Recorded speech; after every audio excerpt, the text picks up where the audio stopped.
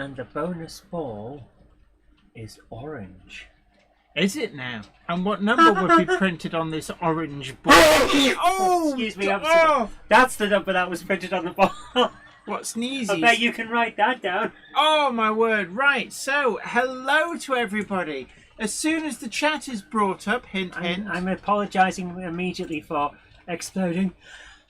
Excuse me, sorry. Oh, if you think it's loud at home, it's loud here for me. I'm so sorry. I'm so sorry, guys. Oh, I have to sit in the mist that is generated. I think the pollen count might have just jumped. Really, the moment you pressed going live. So, a big hello to you all. It's great to see you. I hope I find you well.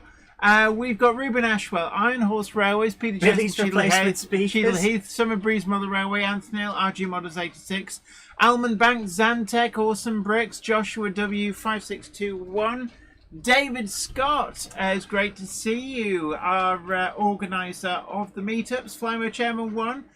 With the Hammer of Doom, Daryl Lewis, ZM8DZ, Ben Tullett 6068, Stephen Maxwell 1453, Robert Becking. We've got Aaronville, Yaharik, Stefan Svensson, Sarah Davis 74, Norton Hill, Livestream Nick, James Pett. We do approve that James is here at the beginning. And Richard Grooters as well, Cameron Patterson, Gus Hadley, JTG Werewolf, Scan Man, great to see you. I need to phone you back. I did get your message, but we've been really ridiculously busy over the last couple of days, and that's why I missed your call. Sorry. Absolutely. And how's the weather over in Montana? We've had rain today, which I'm not going to lie has been most welcome. It's certainly watered the garden quite nicely.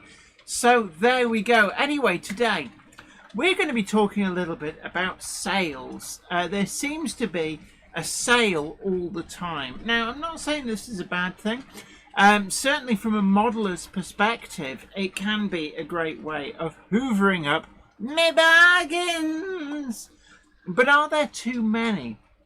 And it becomes a bit like the DFS sofa sale, where they'd go like double, triple discount, and it's like, yeah, but which Muppet is buying it at full price? Because it's never at full price. It's actually an interesting point which is raised there. At what point, when you know there are going to be sales, do you start feeling like a Muppet for having bought at the regular price? Yeah, I mean, I've seen a few people, and this is obviously different circumstances whereby there's people who bought KR Models leaders at full price a couple of months ago. Yeah. And now they're on like amazing fire sale at something like 50% off.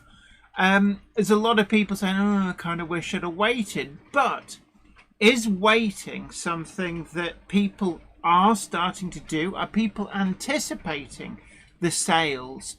Or is waiting for a sale a huge gamble where you're likely to miss out on the model that you really want? I mean, a case in point, the S160s are selling really, really well. I very much doubt that any of the S160s are going to appear in sales. Same for the Sirdar class in 009. I mean, it's probably been the best-selling 009 locomotive ever released. I'm talking about better selling even than the War Department 1012D Baldwins from Bachmann, Quarry Hunslets from Bachmann, the Double Fairleys from Bachmann. The Sirdars appear to be now out of stock for a significant number of versions in a lot of places, and I believe they're completely out of stock at Rapido. So if you'd have anticipated a sale on them, well, you're not going to get one. The same with the 009 all-purpose rolling stock. I know a lot of those are going out of stock. I was really impressed with those as well. Oh, so was I. And I was down at Trains for You. Big up everybody at the Trains for You posse down in Peterborough on Saturday. First time I've actually visited the shop, and it was interesting to note that they were actually out of stock on quite a few of the all-purpose narrow gauge wagons and the Sirdar locomotives as well. They're selling really well everywhere. Richard Grooters, stand by for the dad joke, says, my shop at has an end-of-line sale on buffer stops.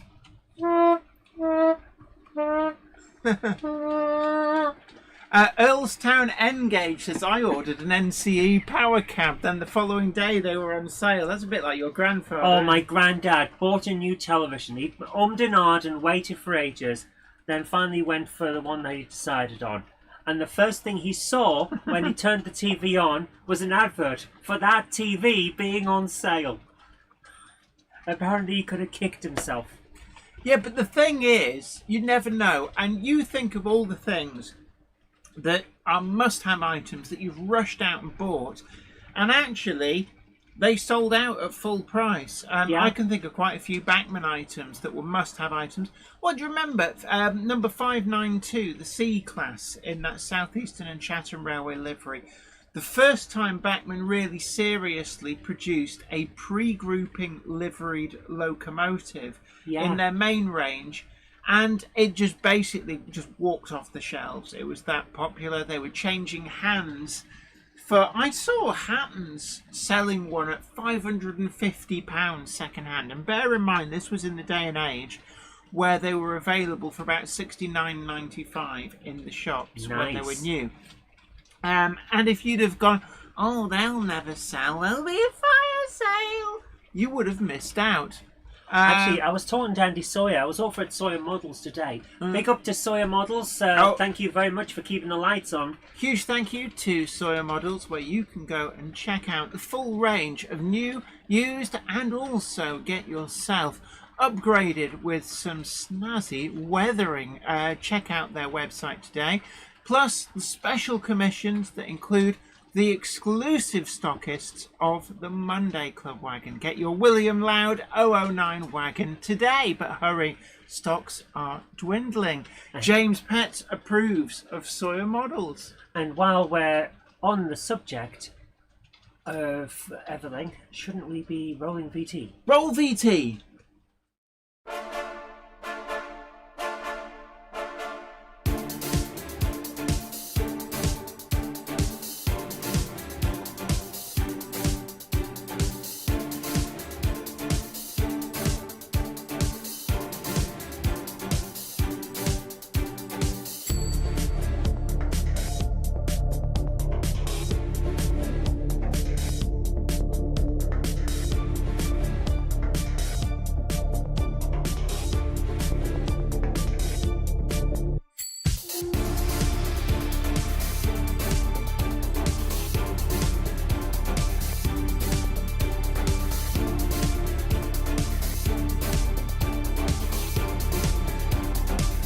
Welcome to the Monday Club, your online model rail club for all the news, gossip, layout tours and more, with your host, broadcaster and model maker, Jennifer Kirk.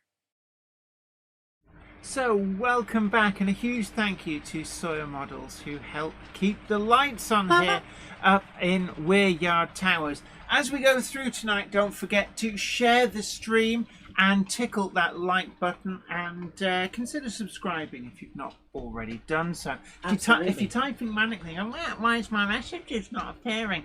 You have to be a subscriber for also, that you have to press return. Well, what I've just seen you do. I never saw it click at the end. So big hello to Mr. Pell, 1966. A degree of lateness being suggested. A Monday clubber is never late to the wagons, nor are they early. They arrive precisely when they mean to. Thanks, Gandalf. Stephen Maxwell says, consider the like button tickled. Yay! So, Jen, I was at Sawyer Models today. Oh, yes, you were. And we were having a discussion about this very topic.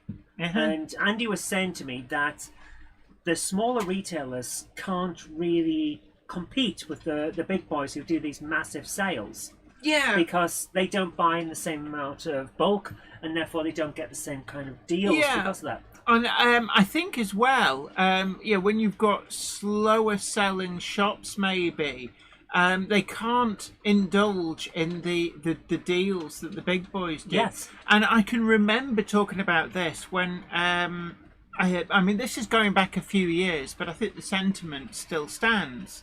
I went to Arcadia Models. Big up Tim and all at the Arcadia posse. Now that's a good shop. How long was it before you realised there was a second floor? A few years.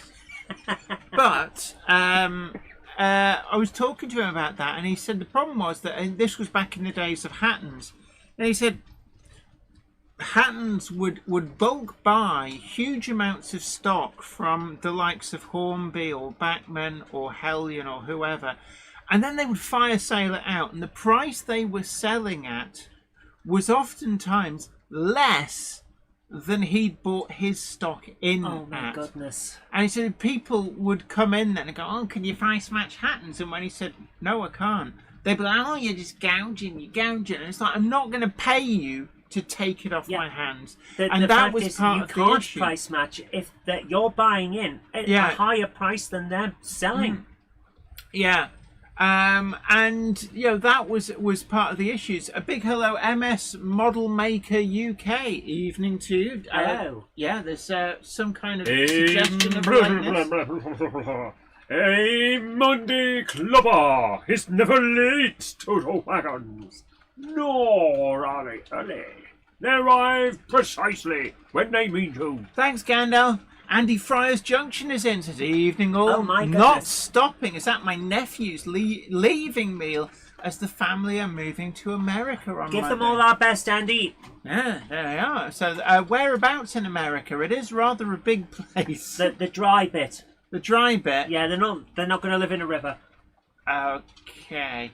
So, I just wonder if they're anywhere near Montana. They could go and sail. They could take Monday Club badges for Scanman. I don't think they're going there to deliver your badges. Well, they should be. Project Northgate 44. Great to see you. Hope you're well. There's a sale on all the time at Rails. It's like the Devil's Hole. It does feel like there's a sale on all the time. It's not always the same sale, but there always seems to be something going on. And I think, there's a little part of me does worry that whilst, from a modeller's perspective, it's like, oh, let the good times roll. I can remember when there was loads of bargain sales with Hornby items through the likes of Hattons back then, through Rails and such like. And what it was actually showing, albeit I don't think a lot of people quite realised at the time, was that there were huge issues with oversupply of models and poor choices to some degree of models made, livery options on models, and flooding the market with Wave 2 and Wave 3 of a particular model release coming far too quickly.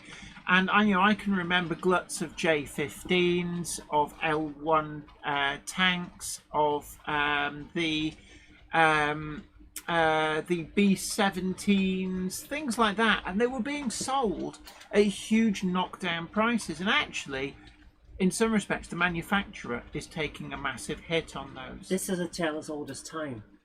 How many toy lines have you seen over the years that we've been alive where it was huge, and then all of a sudden there was a glut of extras that people didn't want, and then all of a sudden it's gone? Disney Infinity. Disney Infinity, right at the end. Right the way back to Masters of the Universe and Star Wars. Yeah. Peter Jackson Cheadle Heath says, I like the LMR train running around. Oh, it's good, isn't it? Got that at Trains For You. Big up to Gareth and everybody at the Trains For You posse who's there on Saturday. Lovely shop, actually. Well worth a visit. Quite a big one, actually. As model shops go, it's over 2 floors. It's got its own dedicated Warhammer section. So really, you perhaps should have come.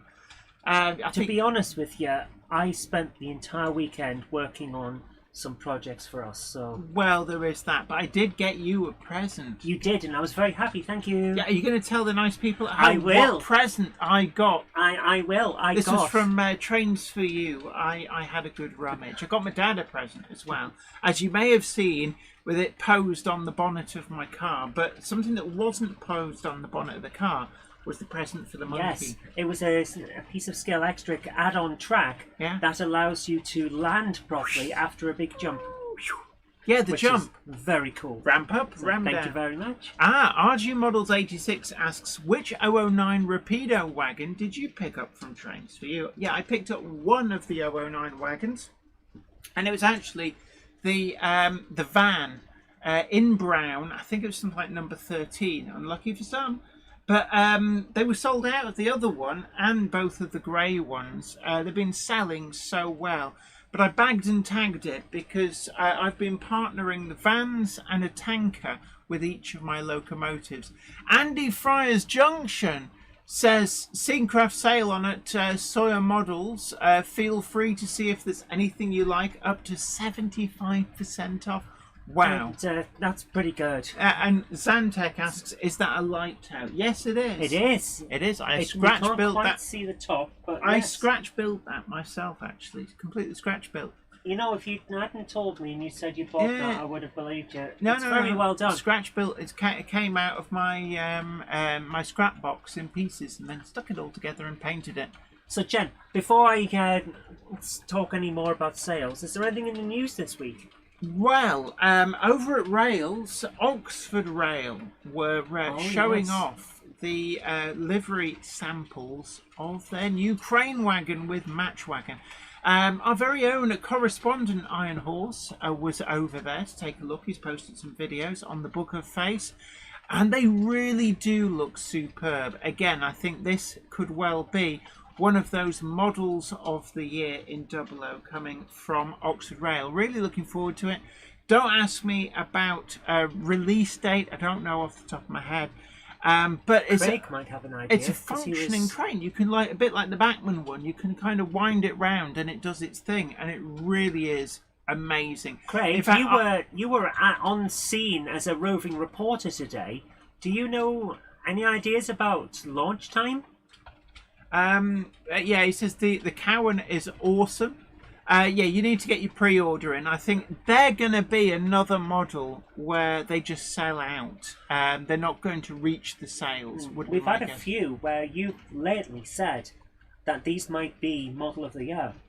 Yeah, It appears that right now everyone's we're being competing. spoiled rotten. Absolutely. But my predictions at the moment, at the present time, for model of the year would be the S160 from Rapido in 00. For 00 locomotive, it's got to be at the moment, unless somebody else brings out something all kicking and all dancing. The S160 really is just an incredible model. There's very few models that after I've done the review, I go out and buy more. And of late, I found myself doing that with Rapido products. The all-purpose 009 wagons, I've bought loads of those. The Sirdar class, I'm now up to 5 of those. You know, I just can't stop.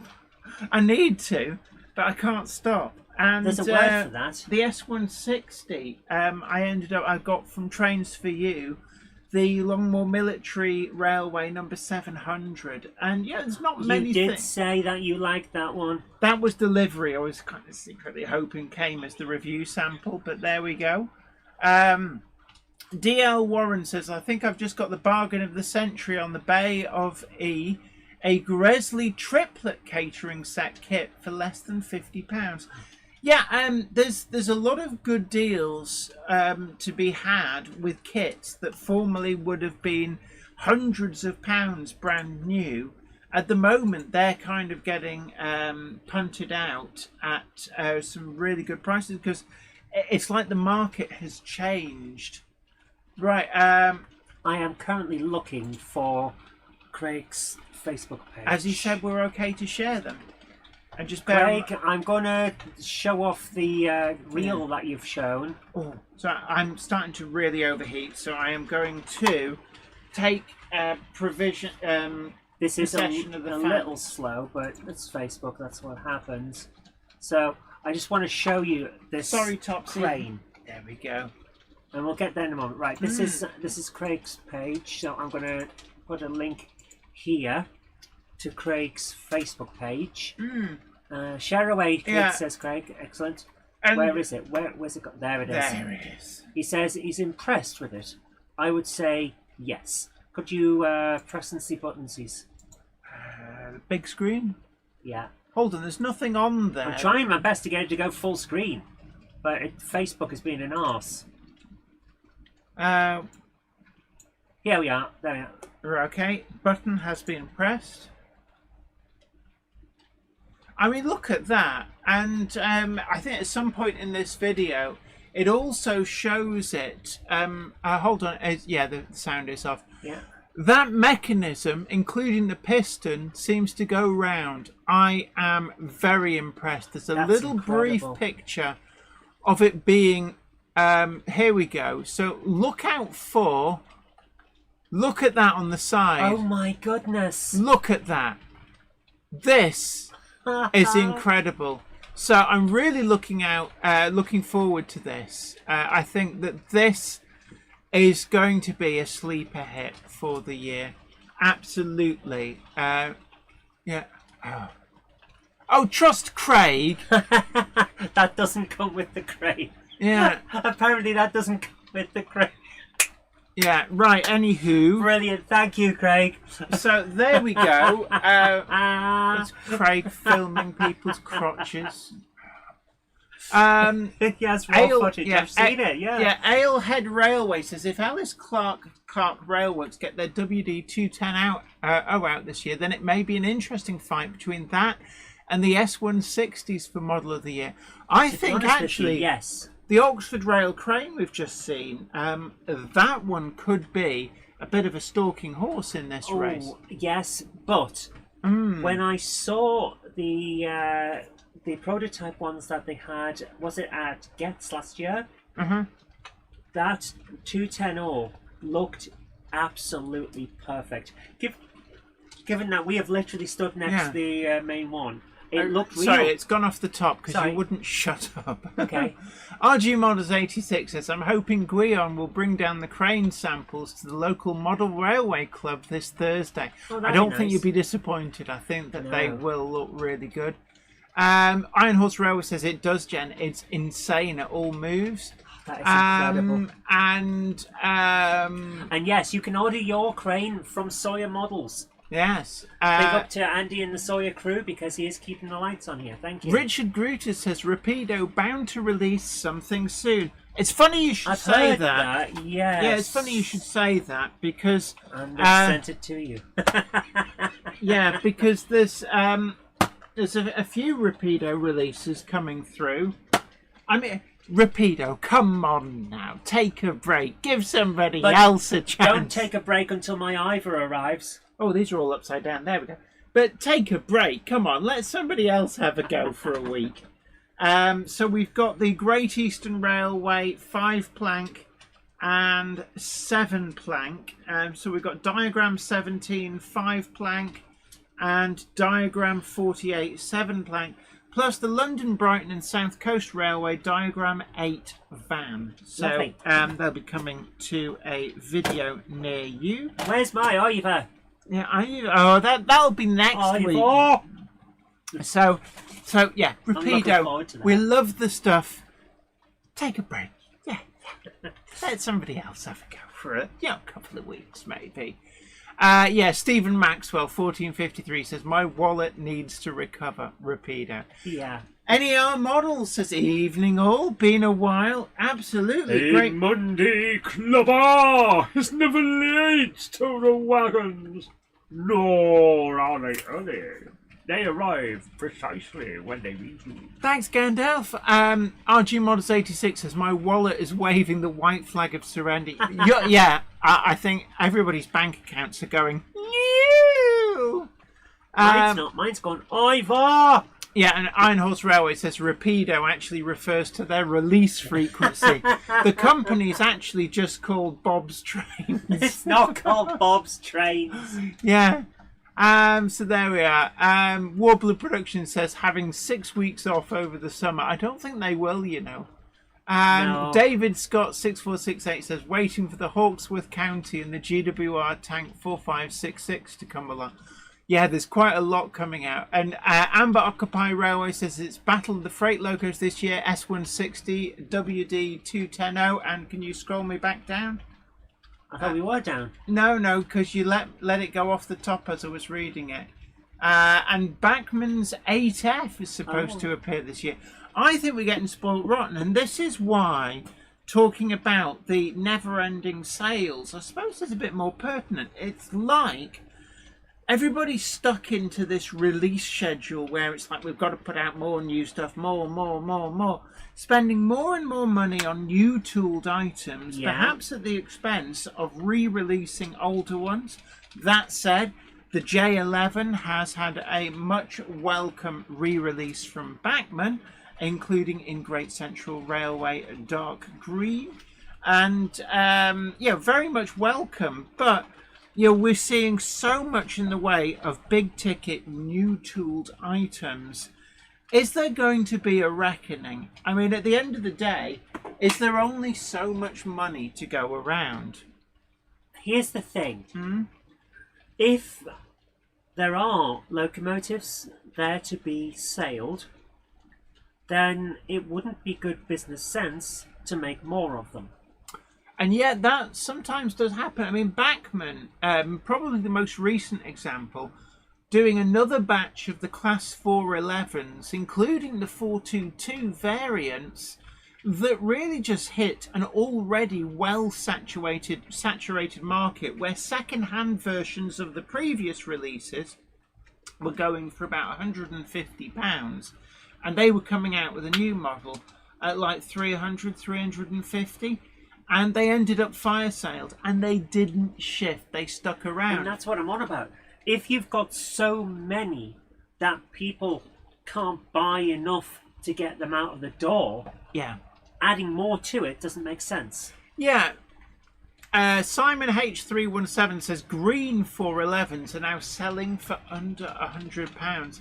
Yeah, and that's part of the issue. And, it's like what we said about Hellion, whereby if they had a warehouse full of stock that just wasn't selling, that's poor management in deciding to make a product where you've got no clear path to market on it. To be fair, though, we don't know that's what was happening. Well, what we do know is that they had a warehouse full of stock that wasn't selling, and yet, they kept bringing out new models, and we've seen in the fire sale models from these new batches going through the fire sale, which suggests that there was a lot of unsold stock. And it's like somebody was ordering that with no clear route to market. Yeah, you've got a point. Fair enough. And Retro Rambles says you have an RRP of 250, retailer price 195, sale price 175. What's the real price? And this Retro's just hit the nail right on the head there. Well, it's a bit like the DFS sofa sale. The real price of those sofas, they weren't. It was a sale in just a technicality, because that was just the regular price. Nobody in the right mind would march in and go, I want to pay the top price. I don't want to do that. You could, as far as I'm aware, there was like one shop in the country that had a room in the back where they'd put stuff at the full price and just like ignore it for just long enough for them to legally say it was on sale. And I'm guessing if anybody went in there and went, I'll have that one, they go, just come back in a couple of weeks. Here's the other thing. How many people do you know that when there's a game that comes out that they think, I'm interested in that, but I don't need it right now. I'll wait for the sale. How many people do you know do that? Because I do it all the time. And so does every gamer that I know. Gaming, it's like a watchword. I'll wait for the Steam sale. Yeah, Steam sale. Every single year, Steam puts games on sale. Regular as clockwork, the summer sale and the winter sale. And I'll guarantee that most people buy during those times, which means the sale price is the actual price. Yeah, Flymo Chairman 1 says, no, take my money now. And Sarah Davis 74 says, my ambition in life is to win the lottery and buy from DFS at full price. I don't think DFS still exists. We'll build a store just so they can fulfill their life goal. Oh no, it was MFI, wasn't it? If the MFI sale came to an end just as the four gunmen of the apocalypse came riding into town.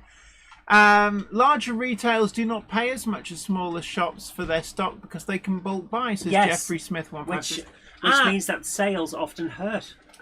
Right. I know that when it comes to model railway items, certainly at the start, everybody's on a level playing field. I believe that they don't cut favourable deals to the big retailers. What can happen is that after that initial maximum 15% discount period is over, if the items turn out to be slow selling, then at some point, and it can be several months down the line, then what the manufacturer might do is offer them out at like a clear out sale. And what you find is that the big retailers are able to bulk buy from that knockdown sale, and that dilutes, in effect, from an accounting perspective, what they've paid for their models already in stock. So say they still had 50 of an item in stock that they'd paid the same price as the small retailers, but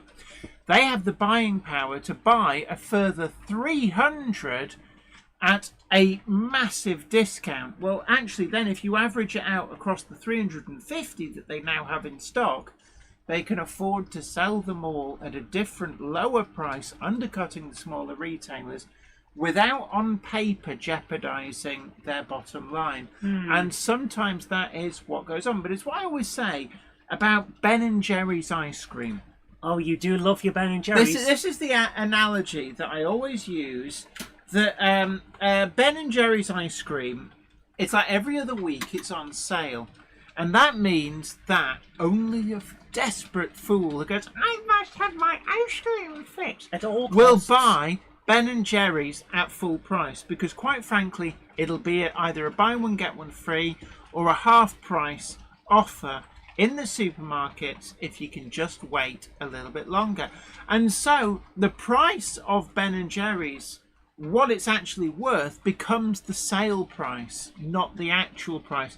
And that, in some respects, is the risk that manufacturers have, that if they're constantly having sales and sailing out their stock at a low price that really doesn't actually reflect the true price of developing and making a model, then actually they get stuck with a perception where people say it's only worth the sale price, so I won't buy it at full price. And the sale price ceases being a sale price and becomes the normal price. Sue at Putnam Junction, it devalues the brand. Exactly. And I know that times are tough and we all like a sale, but at what point do we go, this is a little bit too good to be true? I do worry. Yeah, Iron Horse Railway says the Ben & Jerry's ice cream, or the BJ theory, if you will. It's trust Iron Horse to lower the tone into the gutter. We can always trust the Iron Horse. Yeah, now we've got a debate on what's the best ice cream. Simon Pitcher says, very true. Häagen-Dazs vanilla, £3.75 sometimes instead of $6.15. Absolutely. And yeah, Richard Groot says, I purchased some model chickens that were going cheap. There's a joke in there somewhere.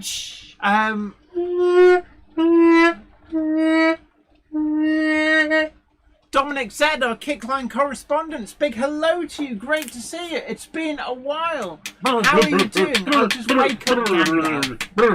Please stop that. There we go. What? A Monday clubber is never late to the wagons, nor are they early. They arrive precisely when they mean to. Thanks, Gandalf. To be fair, the best ice cream I ever had was the rum and raisin ice cream that my dad made with real rum. And you'll never be able to try it because he made one batch, we ate it. He'd put more rum in than he'd boiled off for the production, and then we all fell asleep. Yeah, but DJ K666, Joe's Ice Cream, if you're in Swansea. Yes, my mother's favourite ice cream parlour. My mother doesn't really like ice cream, but she will have Joe's Ice Cream because she's had it since she was a very small kid. And they used to go into Swansea on the probably on the train originally, then the bus. And that used to be the weekly treat, Joe's Ice Cream Parlour. And actually, when we were there in the village in Ustlavera, there was a shop there that was offering Joe's ice cream, so we all had cones of Joe's ice cream. I bought the entire family an ice cream, and we all sat around and enjoyed it. And it was very, yes, very nice. yes.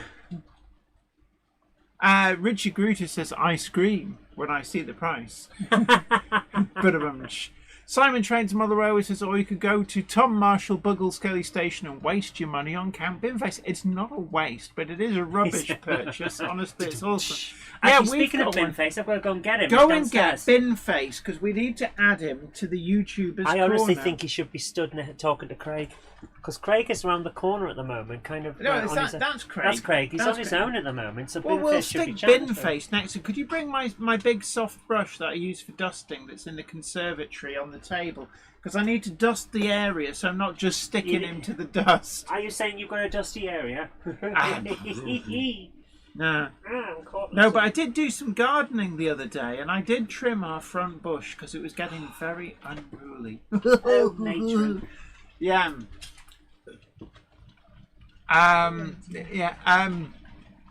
There's a lot of ice cream jokes going on. Dominic Z, our Kickline correspondent, says, Jenny, I got some exciting news. Diamond Select is teaming up with the Sugar and Spice brand this year. I can imagine them releasing some classic series figures. Perfect. It's always great when classic ranges do get a re-release like that. It's a great one for the fans, I think. Everybody loves a bit of nostalgia. Sarah Davis 74, are you two doing some lady gardening? I think we've opened the double entendre door. Oh dear. Right. But yes, I think everybody's right. It does devalue the brand, and I think that I don't think that the likes of Hornby and Bachman and such like are oblivious to this. And I think part of the issue is that you're having to order quantities significantly in advance, and you're having to judge demand. And we've seen items that have sold out and then go for a premium. The C-Class, the original run of the C-Class, number 592, in Southeastern and Chatham Railway, Wainwright Green, with all the trimmings, went for stupid money on eBay.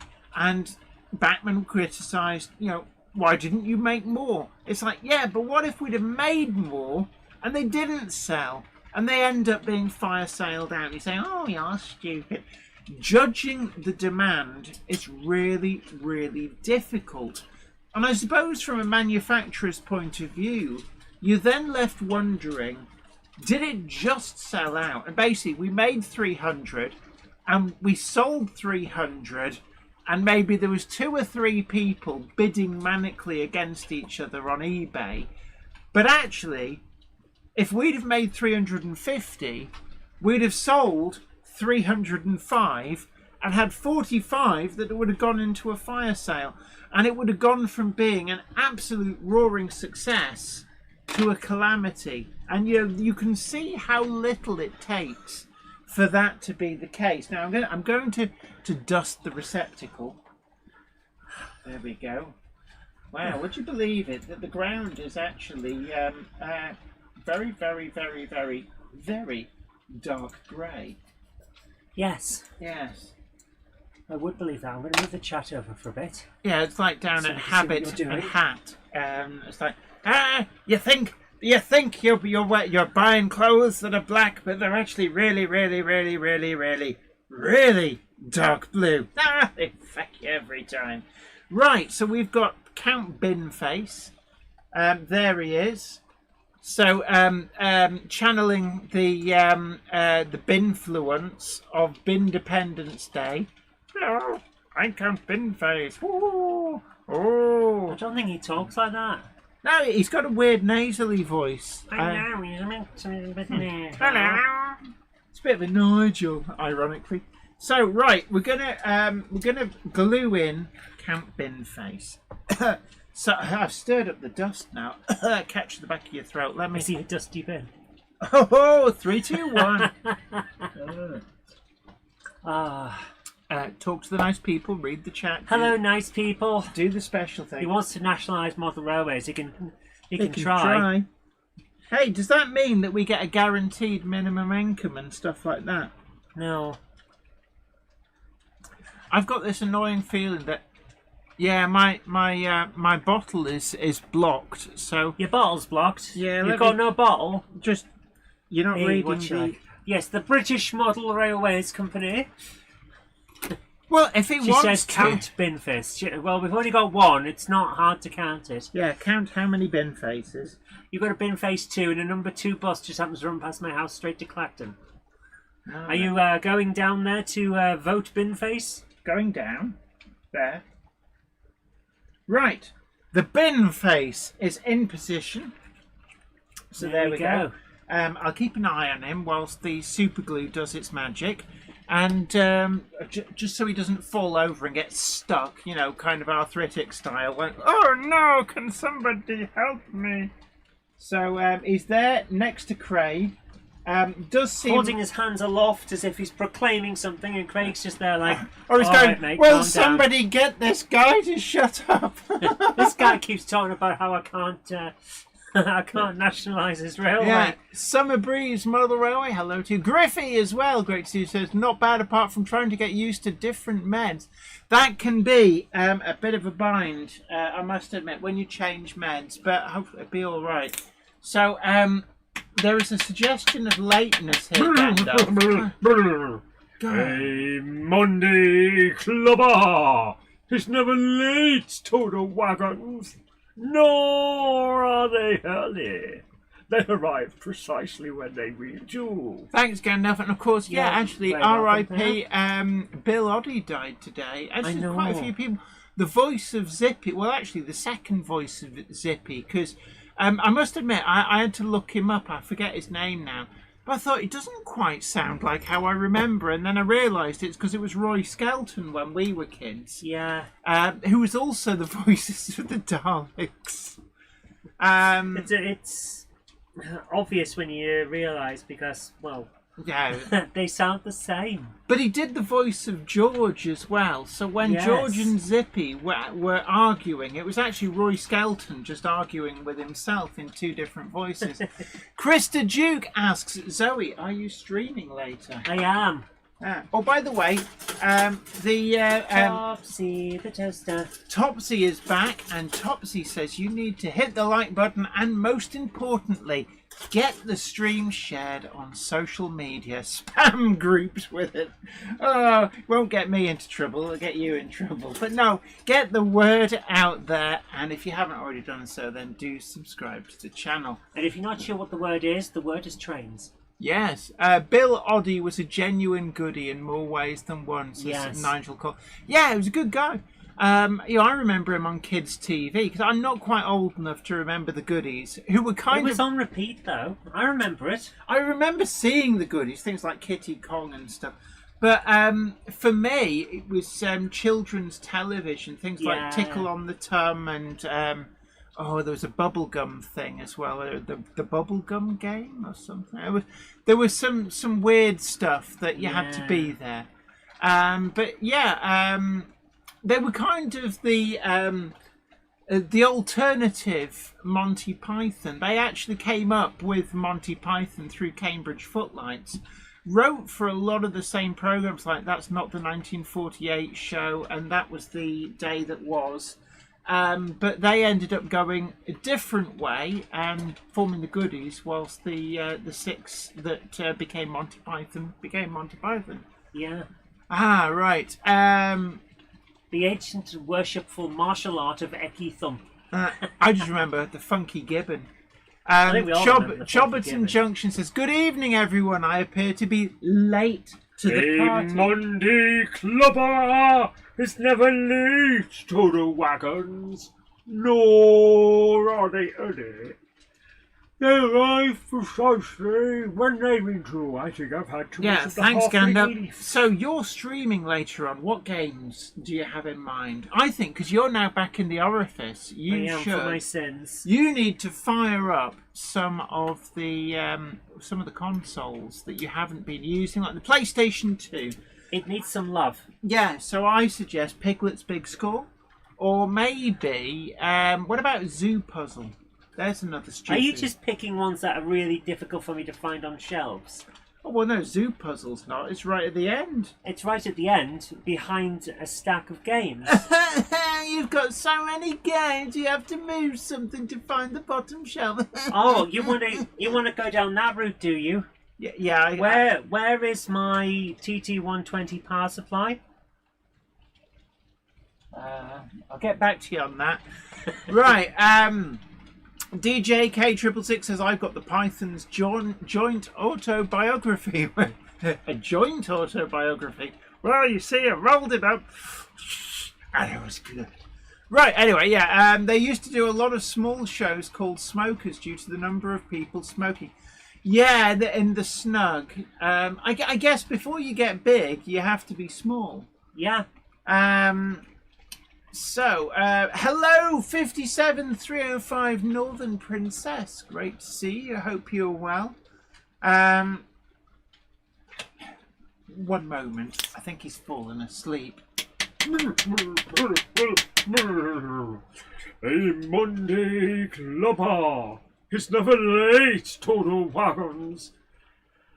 Oh, They God. arrive precisely when they need to. Right. I'm going back to sleep. Stop now. yawning, They're Gandalf. halfway late. Yes, Iron Horse Railways, we're not able to just browse websites, unfortunately, because it will chug to a halt. But yeah, Soil Models currently has up to 75% off on their Backman Scenecraft sale. So do go and check it out. Yeah, Zantac, I remember that Roy Castle used to play in smoke-filled bars, and that's probably how we got lung cancer in the end. Yes. Second-hand smoking. I remember it was a big thing because of the condition he developed. Yeah, that's where I first heard the term. Yeah, he was a big campaigner on the subject, obviously. I mean, it's quite motivation. Yeah. But, right. Melchester Model Railway, hello to you. And Richard Gruter says, I'm definitely big. Yeah, but you can get an injection for that. Hey. I'm on that.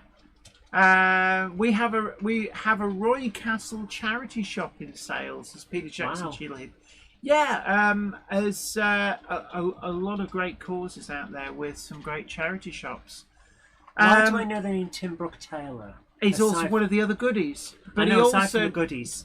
Is he the Bonzo Dog guy? No, he also did without repetition. A lot of the Radio 4 comedy. I'm sorry, I haven't a clue and all that. Yeah. Oh, I love that show. Yes. Flyman Cherwood says the anti-smoking drive really took off after Roy Castle took that with the Big C. He took one for the team, literally. Yeah, and an absolutely great shame because he was an amazing guy. I mean, he was a mainstay of kids' TV back in the day with Record Breakers, him and Cheryl Baker. Yes. Right. Richard Gruter says last week he made me go out and buy a greasy kebab. Ooh. I don't think I could manage a greasy kebab. Yeah, DJ K666, Bonzo Dog Doodah Band, Neil Innes, Vivian Stanshall, who, funnily enough, is the guy on Mike Oldfield's Tubular Bells, who announces the instruments, is Vivian Stanshall. And the reason was the Bonzo Dog Doodah Band had turned up at the Manor recording studios where he was recording Tubular Bells, and so he asked them if they would do that, and it was Vivian Stanshall went, yeah, go on, I'll do it. I always remember I always remember Neil Innes on children's TV with the Innes Book of Records, which I can't remember anything about the programme, I just remember the title. I still love the Bonzo Dog Band. Urban Spaceman is a fantastic song. Spaceman, baby. I will not hear a bad thing about it. I don't exist. I always liked the intro and the outro. Don't remember that. Then there's some great Bonzo Dog Doodah Band stuff. But the Urban Spaceman, I think they actually got into... Did they have a number 1 or at least a number 2 with that song? Hey. But there we go. Yeah, and Tent. won't you come into my tent and rock Eliza, baby? But of course, all of them have to take their cues and their original inspiration from the greatest of the radio comedians, Hoffnung. Who? Hoffnung. Oh, yes. Gosh, that's like going back to the 50s, isn't it? Yes, the tuba-playing comedian who created his own festivals, the Hoffnung Festivals, to promote music and comedy and the arts, and then died aged 36. Gosh, that's no kind of an age. It's no age at all. Anywho, let's get back to trains. So, what have people been buying in these sales? Because, I'm happy to say I haven't bought a single thing in a sale, but I did today buy some plaster bandage so I can start work on the scenery for my TT120 You did actually, layout. yeah. And the plaster bandage is really good. I used about 5 reels in the end. I'm hoping not to need that much. PG Semperotto. Yeah, I kind of right. The thing about PG Semperotto was I wanted it to be very robust, so Yes. I kind of used a bit more, perhaps than I should. Was it 5? It might have been 4, or possibly even 3. Actually, 2, I've come 1, to blast off. it may have actually been just 3 rolls, but I felt like I used a lot. But TGV PBKA, I thought it, though it wasn't on sale, says Zantec.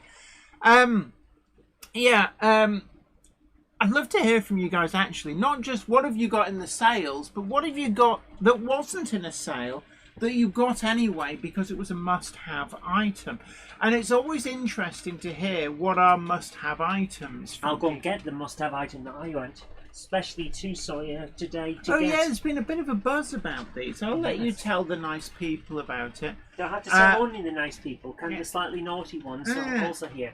Yeah, meanwhile, back at the ranch, going to the dogs, thank you very much for reminding me.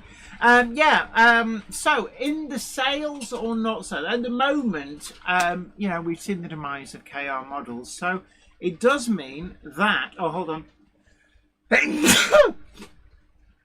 Big sneeze, sorry. It's not sneeze. I just... talk amongst yourselves.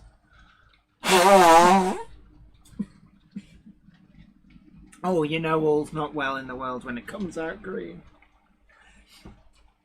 Thank you, RG Models 86. Don't forget, everybody, if you haven't already done so, do please like, share, and subscribe. You can also get yourself a Monday Club badge. We are starting to run out, actually, of the maroon ones. Now, we had an unexpected find in the bottom of a box. Clearly, we probably left Getz in a hurry. It's like, quick, out the door, they'll never have us back.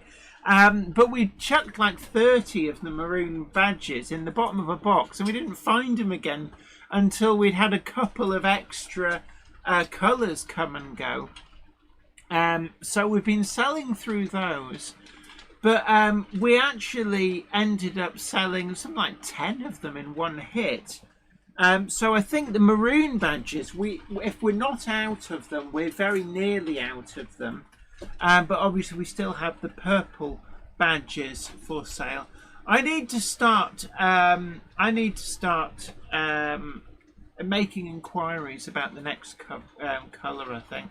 Right, the cupboard monkey, even though we're going to... I know, but I just need you to show these off. Right, so Hoffnung. So there's the back of one of the LP sleeves. There's the front, BBC The reason I want to show these is, what does that remind you of? His art style is Yes Minister. Oh, Geoffrey Scarfe. Yes. And then here we are at Hoffnung at the Oxford Union. Gosh. His most well-regarded and well-remembered ever appearance. 1960 is the copyright label. Yes, but it was recorded in 1958. He may have actually been dead by the time that came out. Yeah, there we are. December 4th, 1958. Died suddenly in 1959. Yeah. Doesn't say what he died from, but I must actually get a good listen to these. So there you are. If you're not familiar, these are ones to go and look up. Climate Chen one says those be quite rare. I was actually given these. Yeah, we were by, gifted these. Your brother-in-law. Yeah, they belonged to my brother-in-law's father, and when they were clearing out the house, because I'm one of my other hobbies is vinyl record collecting. Having once upon a time worked in broadcasting, had my own radio show, and done DJing for a great many years. I've got quite a large record collection. So I was the first port of call, got first refusal on the LPs. Yeah, and for those of you who have visited the yard, you'll have seen Jenny's record collection because it dominates the lounge. Yeah, so Redbridge Railways, Andy B, big hello to you. Great to see you, and I hope you are well. You don't need to hit me. No, Gandalf, you've knocked a thing off. Put it back up. Oh, what do you do? And my also goodness. we've got Gary Lewis 3815. So there's a couple of latecomers, and Dean Fielding as well. Good evening to you. A Monday And Stuart Holland. Clubber is never late to the wagons, nor are they early. They arrive precisely when they meet you. Thanks, Gandalf. Live Steam Nick says also just bought all 26 Reverend Audrey's Thomas books, boxed as new. Wow. For £19. Oh my god, that is incredible. That is an incredible bargain. So this is what I went for today. This was a Gauge Master product. Yeah, they kept this onto their hats. Yeah, they released this. They started talking about this maybe about a week ago. And I think it's really, really hit home. This is the Railway Cleaner Pen, but you've bought it for Scale Electric. I have. Apparently, it's really good for Scale Electric. That was in their advert. Yeah. It's a big, chunky pen for cleaning track, basically. Yeah. And I'm hoping to bring some older Scale Electric track back to life. So Don't sniff it. I was just curious. So actually, you know, sniffer. anybody from Gauge Master, big up everybody at the Gauge Master posse. If you're watching, that was inspired, showing it being used to clean Scale Electrics, because it got you at least one sale. To this excited monkey hopped on the bus and went all the way across Manchester to Lee to Sawyer Models to pick this up. Yeah. And is well chuffed with it. Absolutely. I'm going to be giving it a try out later on. Raymond Legg says that looks like something very handy. It is. Yes. I think so, yeah. Richard Gruter's dad joke extraordinaire says I spent 48 hours listening non-stop to my vinyl, which I think is a record.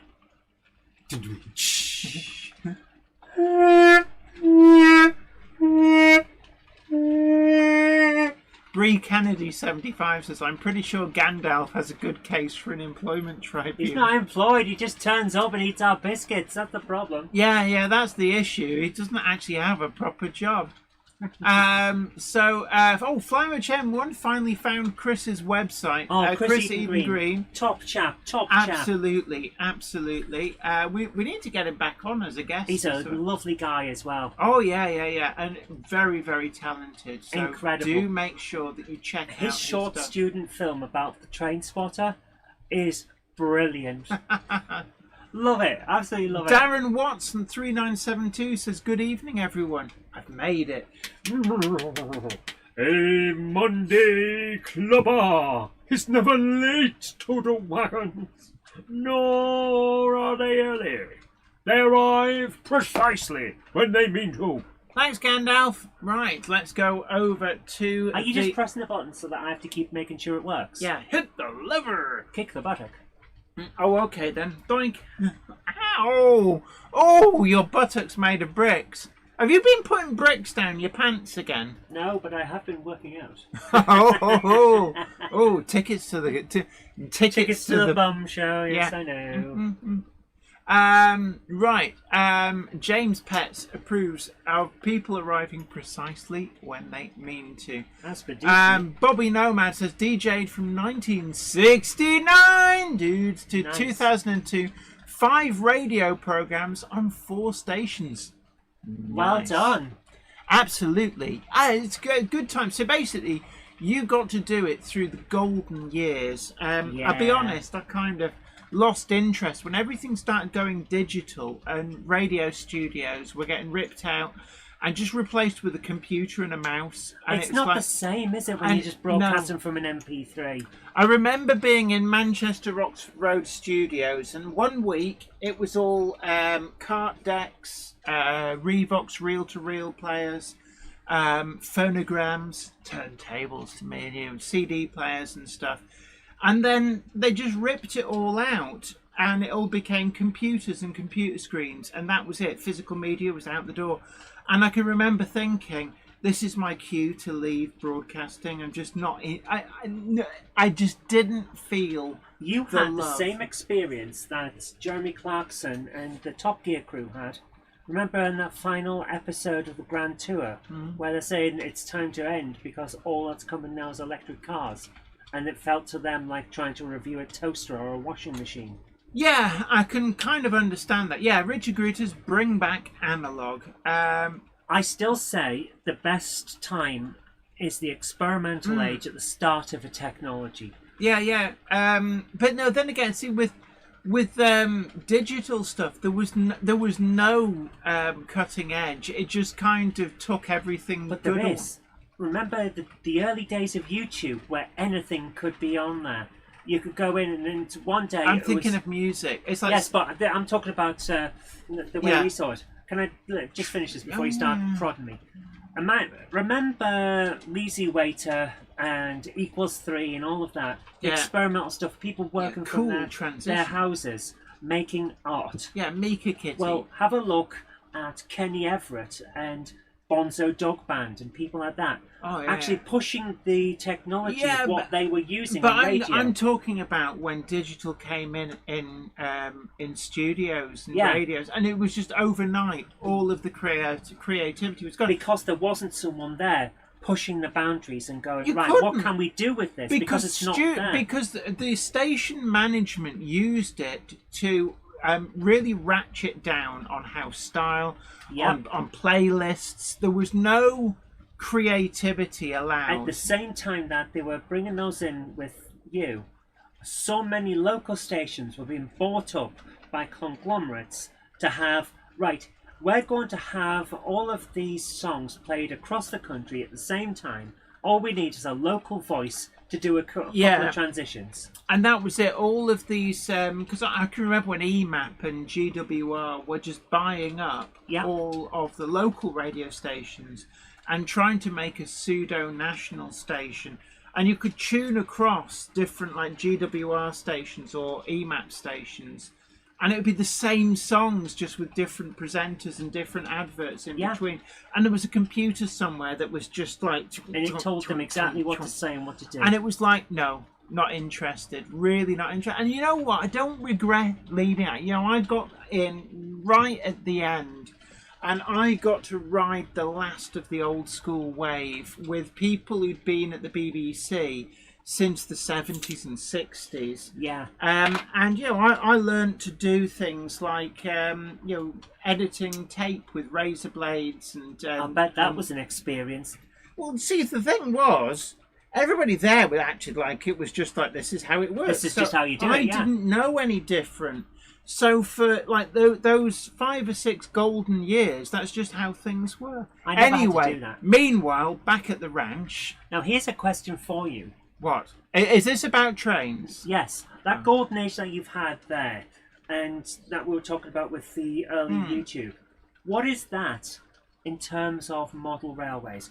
What point did you think, this is the golden age, this is where all the creativity is going and all of the people pushing the boundaries? Where was that with trains? I feel that we're actually there now. Do you think that YouTube and the online space has allowed that creativity? Oh no, forget about YouTube. And it's like the YouTube has had its day, and the reason for that, and I do understand the irony of being on YouTube and saying YouTube has had its day, but it's like now everybody's on YouTube. It's a bit like how publishing went, where everybody could publish an ebook, and overnight, rather than democratizing publishing, it meant everybody got lost in the chatter. And actually, there's now even less choice, out there than there was before, when there were gatekeepers and being published was a big deal.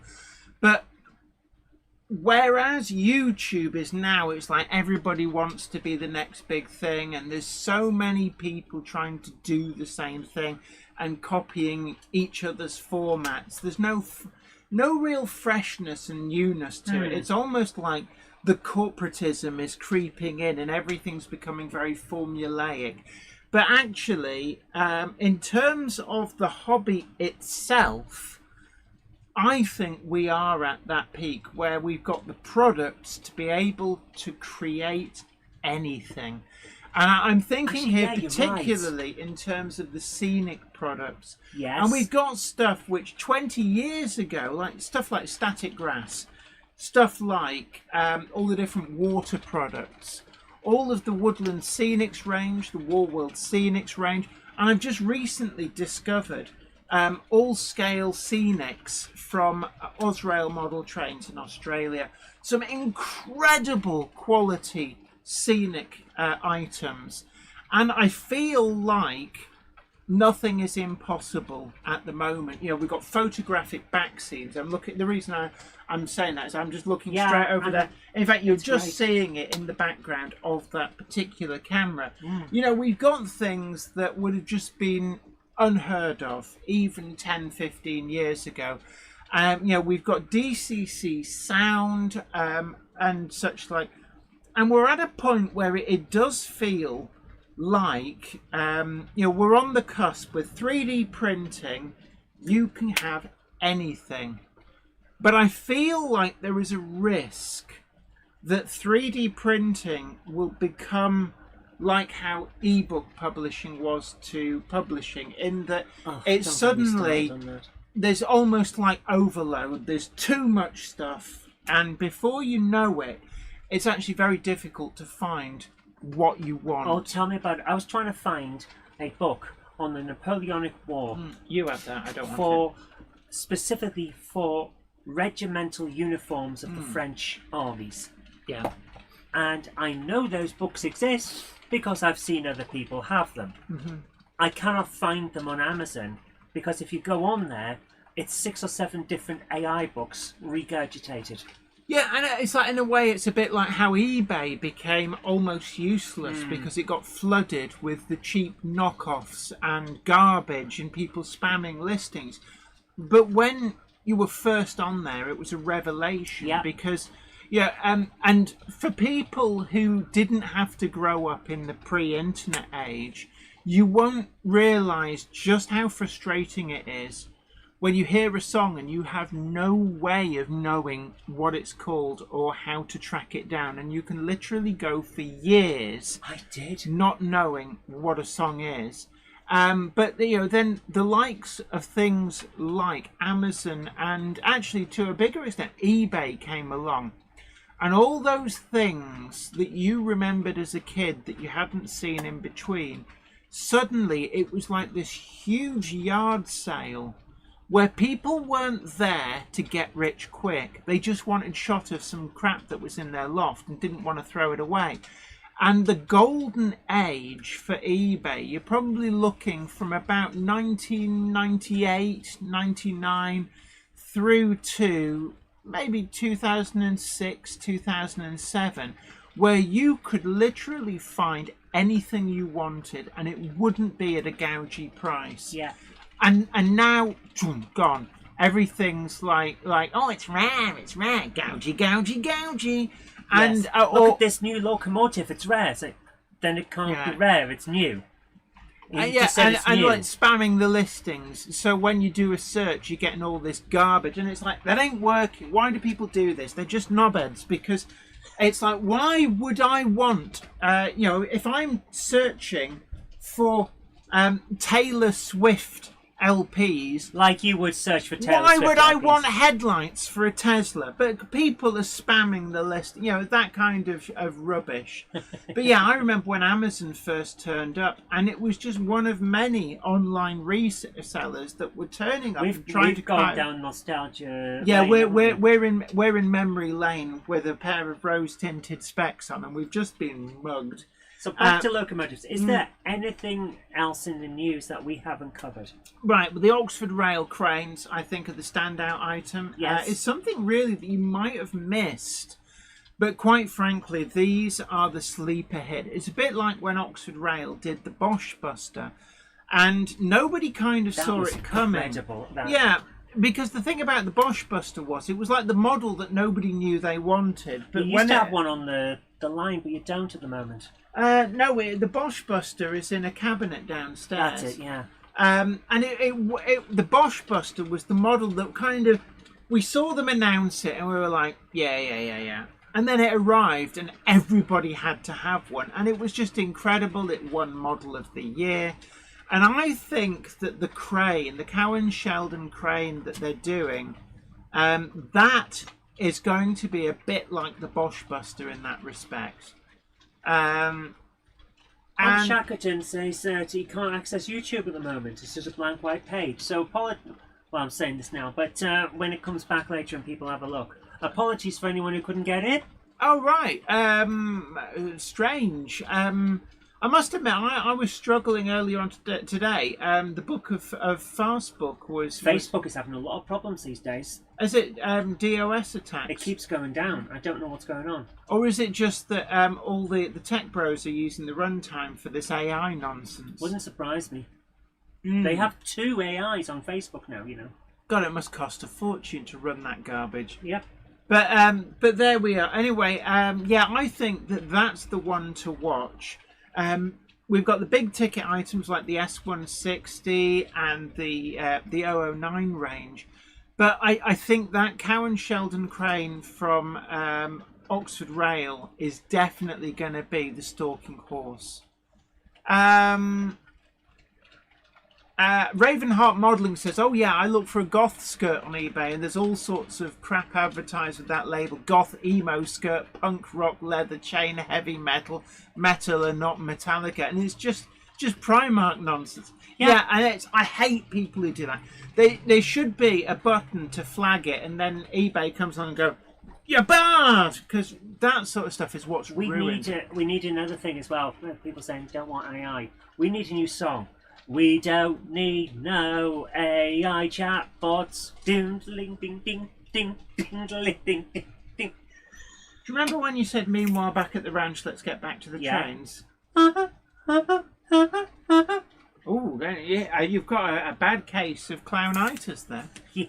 Right, Engage News. The Growler Blackwood Engage says, Revolution trains have teamed up with London Transport Museum to offer the 1938 stock that's preserved at the museum. Oh, very nice. I think that'll go down very well. Yes, yes it will. Stephen Cameron says, is anyone else having problems replying to comments on their channels, or is my tablet dodgy? YouTube is having problems. There's a lot of weird stuff going on the internet. Yeah. Yeah, Marcus Muggins, absolutely. I don't even bother watching Facebook videos most of the times now, unless it's from somebody I know and trust, which is very rare, because there's so much AI-generated slop. Generated, eh? Yeah, sorry. Are you sure you're not an AI with your inability to pronounce words properly? Yes. Dan's Model Railway 5172, you got another S160. Yes, big up to Gareth and everybody at the Trains For You posse. I was down visiting Trains For You in Peterborough on Saturday because if you're in Peterborough, it would be rude not to go there. I bought too much stuff. But I always like to visit the local model shops wherever I go. First time I've ever been in their shop, but I've dealt with them a lot online, but also at shows. And they are... Oh, I never used my Monday Club... Oh... I completely forgot to use my Monday Club badge discount. I'm gutted because I'd have saved a mint because I spent nearly 600. You spent what? Nearly £6. Oh my goodness. Miss Jenny saying, "Call me Snake." Oh, have we got "Call me Snake" in? No, haven't seen him for him. We do miss him. If anybody knows who that is, do say. We also got Leather Slade Kitchen. Says thumbs up given. Boom. But There we go. A Monday clubber is never late, Toto Wagon. Nor are they early. They arrive precisely when they mean to. Thanks, Gandalf. As Sarah Davis 74 says, couldn't you just use your face as a Monday Club badge? You'd think so, but no. I never like to do that. Don't you know who I am nonsense? Because it's like, I think anybody who comes and goes, oh, I'm a big YouTuber, don't you know? Look at me, everybody, I'm an important YouTuber. Oh, come to me, everybody look at me. Those sort of like fakers I hate, so I never do that when I'm out and about. There's no point, because the last thing you want is someone going, well, I've never heard of you. Yeah. So I never do that. Plus, it could be someone else pretending to be you. Apparently, I have a doppelganger who goes to model railway shows. Do you? Yes. What, like a monkey flinging poo everywhere? I love you too, my darling. Yeah, you are. I had a message from someone, I'm sorry, I've forgotten your name, I'm terrible with names. Oh. Who asked me on Saturday, are you and Jenny at this railway event that I'm at? And I said, no, Jen's out at this train shop and I'm editing videos. He went, I've just seen you at this event. I assure you it's not me. Yeah, but you had a doppelganger at university. I did. It was weird. We're in the same societies as well. SHGP Media, how much is the Monday Club discount? I can't remember. You'd have to ask next time you go in. 156 Andrew says, hi Jenny and chat. Gandalf, I'm late. And hello to Angela Popkin as well. It's great to see you. Ravenheart says, come on, Gandalf, get with the programme. A Monday clubber is never late to the wagons, nor are they early. They arrive precisely when they mean to. I've had far too many of this happening. The Growler Blackwood Engage says CM Models in Carlisle is temporarily closed due to health issues affecting the owner. Good. So sorry to hear. So I hope they get better soon. Absolutely. Ravenheart Modelling says, I asked Kerno if they were in the Monday Club discount scheme, and the bloke just looked at me blankly and said, I don't know what that is. Where was this? They do. Kerno Model Centre do know what it is. They're not in it. Yeah, they know what it is. Kerno Model Centre's official line, when I did query with them, and they said, we already discount our models such that we would be unable to provide any extra discount because they're already fully discounted, so therefore no. And that's absolutely fine. There's no obligation to be in it. But everyone is welcome to say no. Yeah, and I always feel guilty when I'm asking people, do you want to be part of the Monday Club scheme? Because I always feel like it's like, hey, gimme, I'm a grifter. Don't say that. People are going to clip that out of context now. You know that. Yeah, they will. But I'm actually surprised. Oh, do you remember Ronnie Pickering? Oh, that was so good. Oh, Ronnie Pickering. Who's that? It's me. Oh, God. Yeah, and it became an internet sensation. So it's like, are you a loser? Are you a loser? You're obviously Ronnie Pickering. Ah, dear. Yeah, he was a complete and utter nobody. I'm going to look him up. I bet he has a Wikipedia page that is just that. Yeah, basically that's what he'll be remembered for. It's like, Ronnie Pickering is the number from that YouTube video that went viral.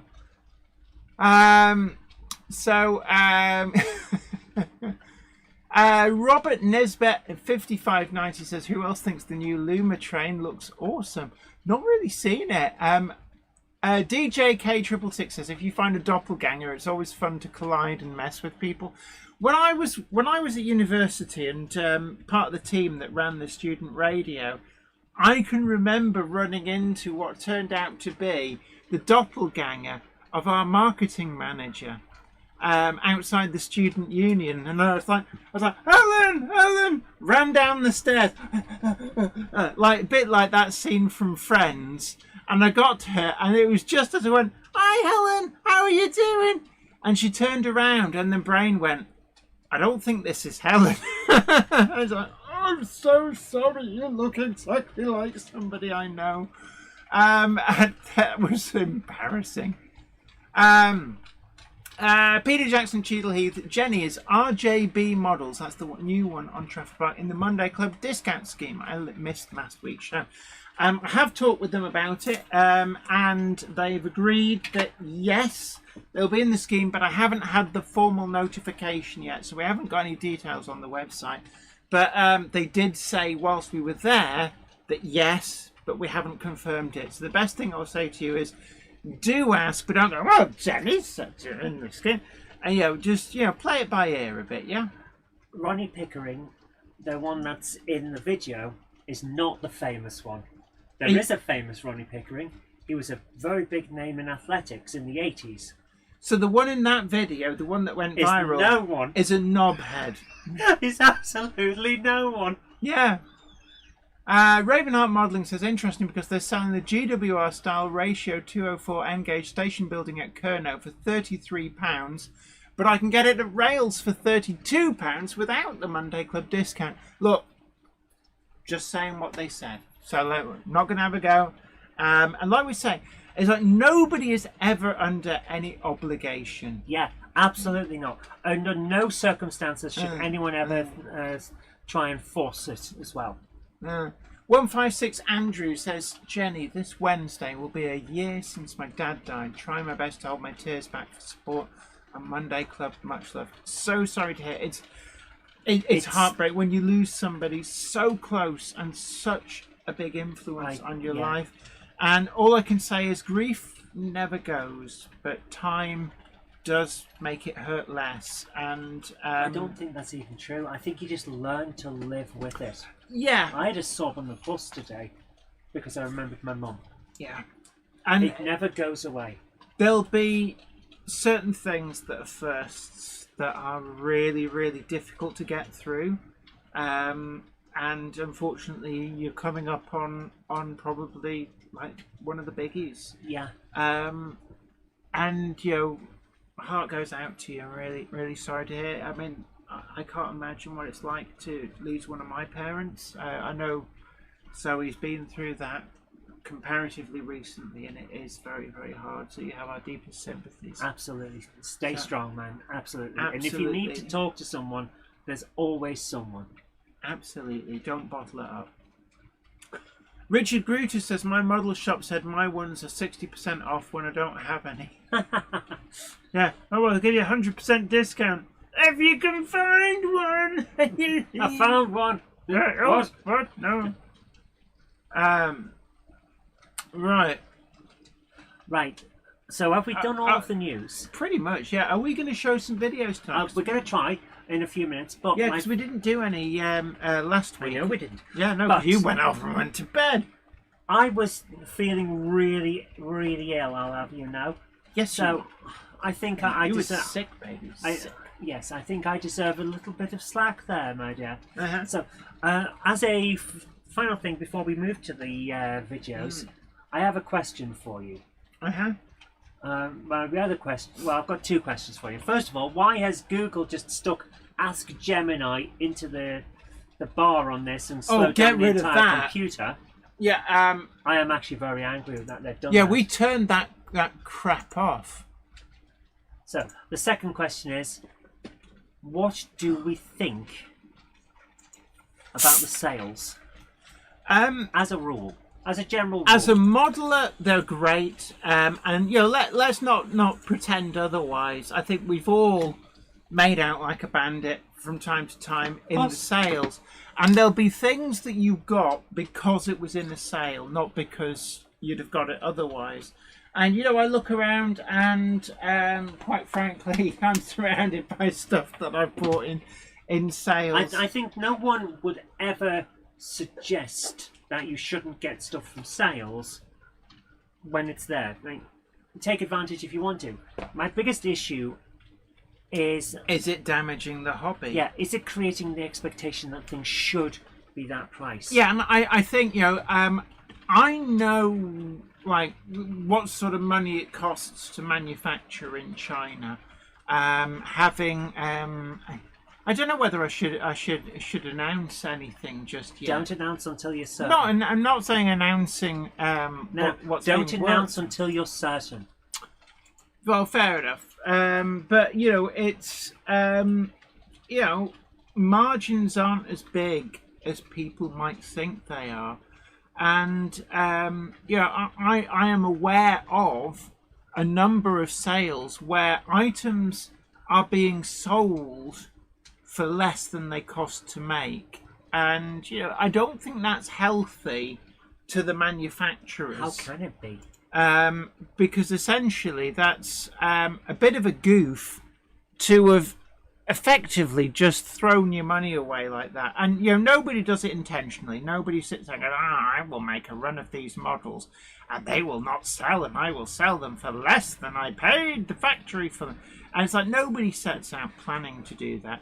But I think that down the line, I think that there's a very real risk that if you get heavy discounts, it could be quite damaging to a manufacturer at some point, because in part because the manufacturer might lose money, which then means that it's harder for them to invest in. It's like a knock-on effect. But also, there's a risk of devaluing a product, and this is something that people wonder about. Why do some of these high-end shops destroy things like clothing and furniture rather than sell them out cheap, like end-of-line stuff or surplus stock? And you hear these stories of them slashing stuff with knives and then putting them in a skip rather than selling them cheap or donating them. And part of that is about protecting the value of the brand. So if it doesn't go on sale, then it doesn't lower the actual perception of what the products are worth. So it's like you won't see a lot of these high-end fragrances go on sale. They'll pour it down the sink rather than sell it dirt cheap. They'll drink it because it's about perception of your brand. And I think the real risk. So, for example, all those Bachmann Class 411s, 410s, and 422s that ended up, we saw sale after sale, and they still weren't selling. I think the risk of that was it made the Class 411, the 410, and the 422 almost like untouchable for future runs, because there became this perception that they weren't worth a lot, and certainly not worth enough to actually do another run. Have you noticed static grass prices remain the same? Yeah, the prices on static grass they do are stay static. Yeah. So first video tonight is from Richard Swiderski, who's brought us Blue Peter at Hertford Station in Cheshire. So if you would do the honours, Media. Hit the lever. So Stephen Maxwell, 1453, says, I know Mercedes dealers years ago that did that, destroying old stock. I'm aware of commercial vehicle places that, rather than flogging stuff dirt cheap, would actually then use like the final items that were unsold would just become the franchise runabout. The company courtesy cars, that kind of thing. Yeah, that kind of thing. Yeah. And they would be used in other ways that wouldn't mean that they'd get destroyed, but it wouldn't devalue the brand. And Raymond Legs 5508, yeah, the market is already saturated with Class 37s, 66s, 47s. What's AC44CW? I don't know. Not sure what that is. I'm sorry, but yeah, I think though. I mean, it's an interesting point on the subject of 37s. That was cool. Thank you so much for sending that in. Yeah, I think 37s and to some extent 66s and 47s as well are probably models which can stand there being a lot in the market more than any others. 08 shunters maybe would be another one. And in terms of steam locomotives, A4 Pacifics, A3 Pacifics. That looks that livery is very nice. Is that an A2? Sorry. It is, yes. Oh, right. Fear my ability. There. Raymond Legs 5508 AC44CW is an American General Electric diesel locomotive. Right. The more you know. We're not as up on American ones, are we? Flymo Chairman one says, a Mercedes SLK wouldn't last long as a loaner. When I was working for the film company, we'd quite often get vehicles from a car hire place. Thanks for sending that in, Richard. And I remember one memorable moment. We'd just done a Doctor Who shoot in Cardiff, and there was 3 of us, and we got a Mercedes AMG. Was it bigger on the inside? No. But this was like practically a supercar. And we dubbed it the license loser because the guy who drove it had a notoriously heavy right foot. He later blew the engine in his Porsche 911 because he had a lead foot, and he skipped the timing chain out. But with this AMG, my goodness. He got us from Cardiff, round the corner from Bad Wolf Studios, all the way up to Earlham, Cadishead, in 2 hours. How? I think the bigger question was how he didn't lose his bloody driving licence. I mean, it was just, this car was incredible. It was scary but incredible. I mean, it's like other people were just standing still. And he was putting his foot down at 120. And he was flashing people to get out of the way. In a hired car? Yeah. And he was flashing people to get out of his way. Oh my goodness. Who were doing more than 100 miles an hour. Look, fellow, get out of my way. And then he'd put his foot down and you'd feel yourself pressed back into the seat. I swear, at times we were doing like 140, 150 miles an hour. And you tell me off for doing that on games. I wasn't driving. I was sat there thinking, games. Well, I'm guessing that the Mercedes AMG, whatever it was, is probably a very safe car. So if he manages to flip this bad boy, I'm probably going to walk away. So I'll just make sure my seatbelt's on and just, prepare to go limp. My goodness. Okay, on that note, we've got another message. SHGP Media, yes, does sound like a prat. It was a nice guy. But man, he drove nice, like but bit dim. He just drove like a hooligan. So, do you want to read this out, babe? Right, so this is from Sarah Davis. It's, hi Zoe, Jenny, the Toaster Twins. Yeah. The Gronk Massive and the A4 Posse. Did I spell that right? Kind of, yeah. This last Friday, this was July the 3rd, so it shows how far... only a couple of weeks. Me and Mark at Zantec went to the Merseyside Model Railway Club where I ran a selection of my N-gauge locos. I need to replace the lights in some of them, so this is essentially a before, and next month I may do an after video. We may already have that video. Link below, the running lights on my Class 1 350 appear to be reversed, I think because I'm running a DCC chip loco on a DC controlled track. You may need to, I think it's CV29. There's one of the bits in there you can mess about, and then there's a different CV. I had to look it up. It wasn't easy, but you can then reverse the direction without reversing the lights. So if your lights and your direction of travel are mismatched, there is a CV to change to get them to match up. And then I think N-gauge. On DC it should then work all right. I do like N-gauge. Look at that. Beep beep. Is it me or is it getting quite warm up here? It's getting a bit warm. It's getting a bit warm still. I think the problem is the humidity's right up.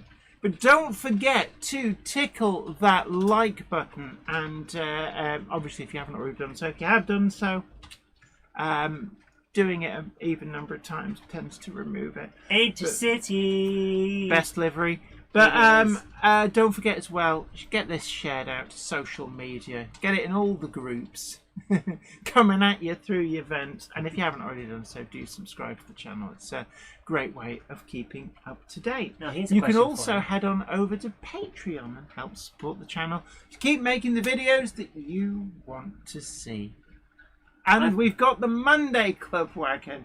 It's available exclusively through Sawyer Models. Whilst you're there, why not check out his NCB liveried one as well? But do hurry, because stocks are limited. Big up to Sawyer And Models. Monday Club badges are available still. We've got a limited number of maroon, and we've also got the purple. So get those. And a big hello to JD Workshop and WN9TT. Hello from NYC. A Monday clubber is never late, Total Wagons, nor are they early. They arrive precisely when they mean to. Thanks, Gandalf. Anyway, you were trying to say something I've got when a I was question doing my for you. spiel. Yeah, I've got a question for you. As a bit of a challenge. Oh, it loves a challenge. Yes, I don't know if it's possible. I think it would be if you wired things correctly. Right. But what if you were to essentially slam on the switch for the points while a long wheelbase locomotive was going past, and essentially have You mean drift? Tokyo drift round a corner? I think for most things you actually end up derailing them. They have to. There's a whole lots of ifs, buts, and maybes. But to as a make that challenge, do you think we could do it? No, and the reason is that I've got signals in the middle of the track, and you'll No, just I'm end thinking- up chinning some I'm thinking we'd signals. build a demo little diorama. Oh, you sit on YouTube. There's lots of things. because that would be show- hilarious. Intercity Tokyo drift. Just shut up and cue the next video. You're laughing because it's a funny idea. It is a funny idea, though. Ow! Stop prodding me, you prodder. You like to prod. So, I know a signal that did that in real life. Oh my god! yeah. Simon H317 says another story for you all. Many years ago, had a Citroen C5 V6 Carlson edition. Was stuck behind a lorry and a black BMW right behind me. The Well, lorry well, peeled thank you. off, so me and the BMW nailed it. Was fun until at 100 he out his slow down matey lights on, waved as he went past and carried on, was neck and neck all the way. His slow down matey lights on. Is that like flashing blue ones? Oh my goodness. He wanted to pull you over to the hard shoulder to congratulate you. Thank you so much, Thank Railway you. Rob. Thank Very you. kindly given £4.99 on the super chat. Thank you so much for your generosity. It does help keep the lights on. So for the final video that I've got in the buffer, I may have to go and search and see if we've had any others. Maybe possible to make trains drift on Train Sim class. To be fair, I've made trains fly on Train Sim. Not supposed to, but I have. Good evening, Jen, Zoe, and fellow Monday Clubbers, says Mark. Zantek, I hope you're all well, given the check-in the other week. I went to my local hobby shop and purchased some items. Decided to keep His Royal Highness King Charles happy and planted some trees. Oh. Surprising how much change just the simple action of planting trees makes. Trees do really So make we've got a some layout. trees on his layout. So these pictures? Yes. This is an Engage layout. Engage! If it's Sandtech. And they actually look quite nice. Yeah, Why is this yeah. not working? There it is. Yeah. That is really nice, actually. Yeah. That is interesting buildings. Porter cabins. Yeah. Right, next slide, please. Do-do-do-do. Is that not the same slide? Slightly different angle. Ah. There we go. Oh, very nice. Yeah, I yeah. do like that. Fir trees, I believe. Yeah. Oh. Yeah. Tiny ones, then bigger ones in the background. Actually, yeah, the way you can... Oh, yes. It does bring a bit of life to it, doesn't it? Mm. Yes, definitely. Yeah. You can... Yeah, I see exactly what you're trying to say, Santec. They add a bit of 3 dimensions. The verticality, the colour, and the fact that it just feels alive. And, oh, yes, definitely. There you are. Yeah, you're absolutely right. It definitely does make a difference. That is very cool. Thank you. Right. Thank you for sending that in. That's brilliant. Brilliant. Is Thank that a you Japanese so- EMU? It's Santec. It probably is. Right. The drill looks too big. It wasn't. The all drill good. is out of scale. Yeah, are you going to eat this or what? Because I don't want I was in the middle of doing the videos. Oh, right, okay, well, carry on. I will. You do that then. All right then. Okay then. All right then. You do that. All right then. Okay, you're doing that. All right then. Yeah, you're going to do it. Got a message. Mark Waitman, check in for the Monday Club. Oh. Yeah, this was sent in March, and I've just got it. Oh, Mark Waitman, we're really sorry. For some reason, Zoe has only just got... Why am I finding emails from March? Huh. So Mark Waitman, we'll get him on next week for a check-in. Well, I'll have to contact him and make sure he's available. Yeah. Sorry about that. Seriously, her emails are like a TARDIS. It just eats things, like the Bermuda Triangle. So Mark Waitman, really sorry about that. For some reason, it has only just shown her that message. Are these all red? So have we already shown these are all red. And it was just there in the middle of them. There they are. Why is it there? How are we up to date when there's like loads of people sent in stuff? Well, they're not marked as Monday Club. Huh. If it's not marked as Monday Club, it doesn't go into the buffer. So now I'm having to look through. Huh. They are Monday Club. Where? There. Zoe and... Let's see. Monday Club. Yeah, that was the guy that we had on. Well, there we are. What about this one? Okay, that's something that we can't talk about because that's coming up. Oh, they're all to do with the same thing, yes, and I have to confirm the booking on that one. So, yeah, that looks like it's it. How are we up to date? So, come on, people. It doesn't feel right to be up to date. Yeah, it does, because we've only shown a couple. We seem to... I think people have got out of the habit on account of the fact we haven't shown much for ages. But if you want to have your models featured, then do send in either photographs or a link. Don't send the video file. Send a link to it on something like YouTube to zoe.robinson@gmail.com and mark it as Monday Club in the title, and you could be seeing your progress here on the Monday Club. We always love to see just what you've been up to and how well you're doing. Now I found one here from May. Yeah, which also... SHGP Media says, I don't send stuff due to the backlog. Now to send everything. Yes, photos you can send directly as an attachment. Videos need to be a link. Yeah, the biggest issue with trying to download and upload videos at the same time is that it floods. Oh, have we just been sent another one? I found another one from Richard Swiderski that we haven't used. Okay. So again, sorry about not showing it.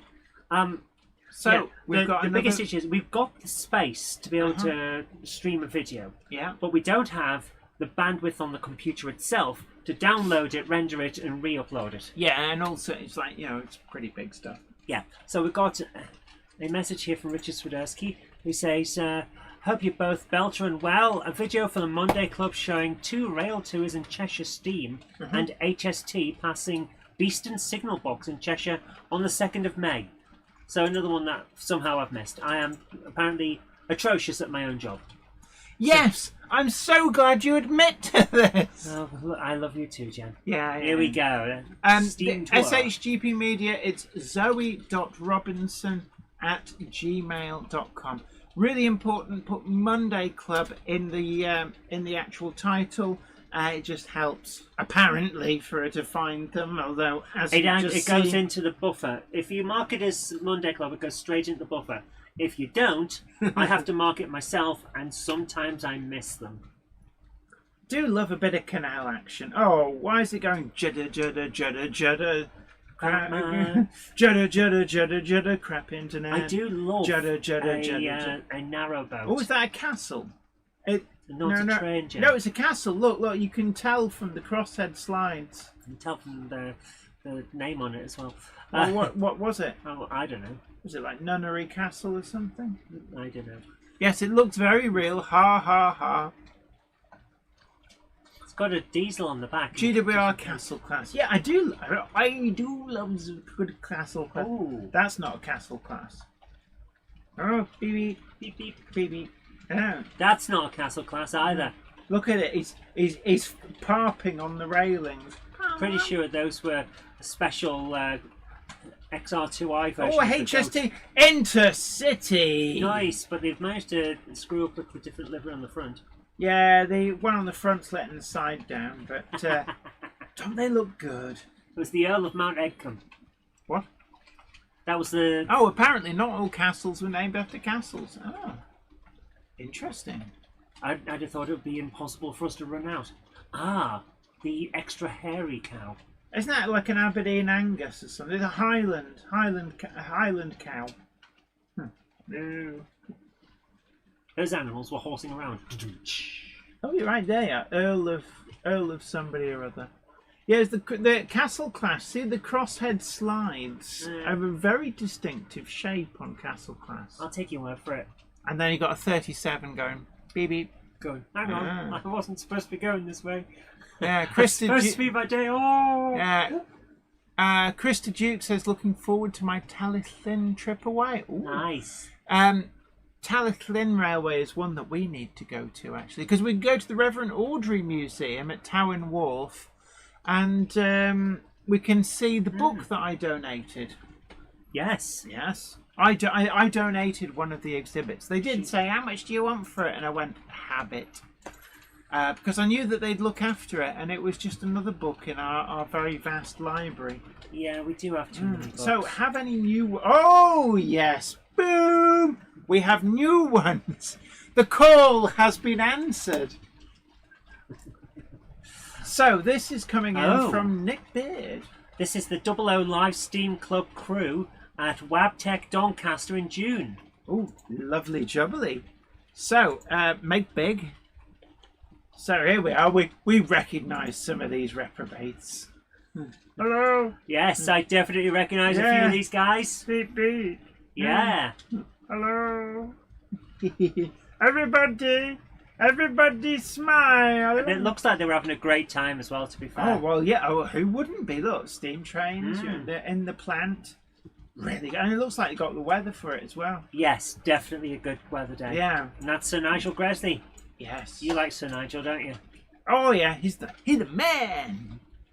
So, Gus Hadley says, Jenny, so what you want is a video link, so you get it on YouTube. Don't send the video on attachment. Yes. Well, YouTube, Facebook, didn't it? YouTube's probably the best because it's easiest to stream. But as long as it's not actually in the email, we should be able to run it. Bree Kennedy 75 says, I'm going to the Severn Valley Railway in a few weeks. Another great line. Really great line. Thank you for sending that in, Nick. That was great. And Richard Gruter says, I like the cheese sandwiches on those HSTs. You're probably the only one who did, really. Would that be an HS cheese? Yes. Livesteam Nick says, was it Towyn Wharf last Sunday? Did you go to the Reverend Audrey Museum and did you look out for the very rare first edition in Welsh copy of Ichi Injin Chen, which is 3 railway engines? Email inbound, says SHGP Media. I've got it. But first of all, we've got Simon Poole. Isn't it? I'm trying my best to make this work. Right. It's going. No, you need to. This is Simon Poole. He says he went to the National Railway Museum and filmed the O-Gauge layout. Yeah, it says, hello, Jenny, Zoe, Tumble of Clowns with the Straggler.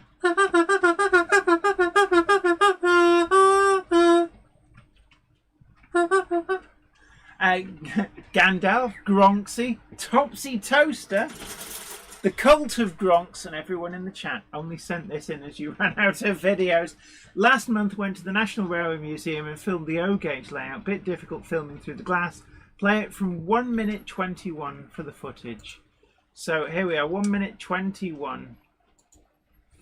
There are some great some great model railways. Press and see buttonsies. Hit the lever. This is nice. That is lovely. Yeah, when you're filming through glass, I mean, I understand why it's behind glass. It'll keep the dust off and the sticky fingerprints. But you do get a bit of a weird reflection unless you can angle your camera just right. Look at that bridge. I'm a big connoisseur of bridges, it must be said. You do like your bridges. And that is a particularly nice bridge with the arch underneath there. Some lovely track work too. Nice ballasting and weathering. Ken Patterson's here. Ken's Art 55 says, "Hey Jenny, love you both. All is good in the USA. Best hobby in the world. Sir Ken of Patterson, it's great to see you. I hope you're well. And everybody, don't forget to check out the What's Neat This Week podcast and the premier railway podcast. Except no substitutes, except this one. Yeah.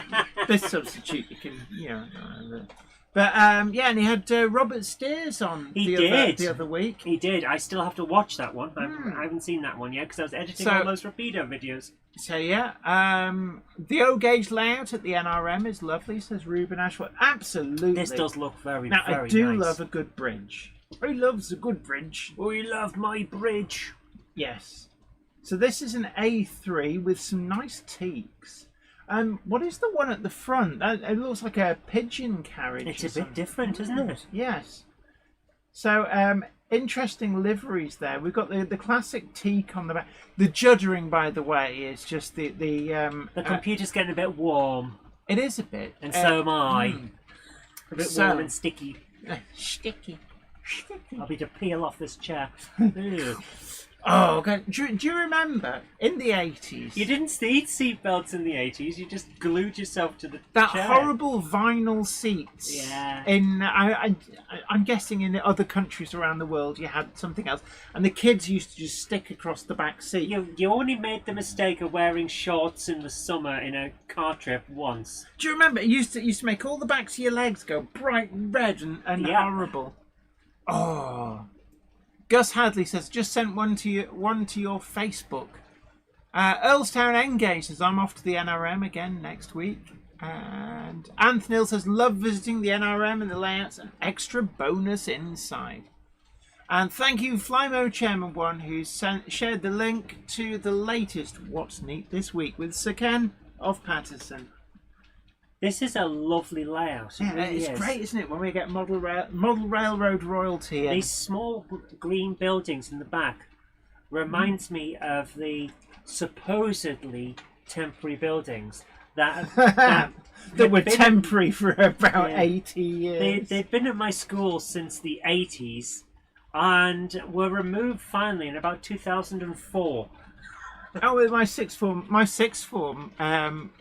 sixth form building and the fifth form building as well were early 70s prefabs.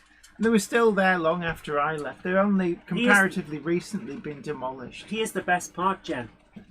The temporary buildings were there until 2004. The main building was knocked down in 1998. What did you do to it? Did you break it? The temporary buildings outlasted this school. Oh, this is lovely, though. Thank you so much for sending this in. Yeah. Right, I'm going to jump on because... we are short on time. We're getting close to the end. Simon Trent Muller Railway says, also the Loco Columbine is at the National Railway Museum. Saw it on the turntable. Wow. Sooner or later... We're going to keep the rest for next time. Because we are getting really whoa. You didn't press the button. I did. Yeah, but it didn't come up. You have to wait until it moves. I pressed the button and it did come up. I don't know what happened after it. I definitely... That's a bit off. You definitely screwed up. Right, anywho. I'm not going to say I didn't, but what I'm going to say is I pressed the button and the screen came up. Hit the lever.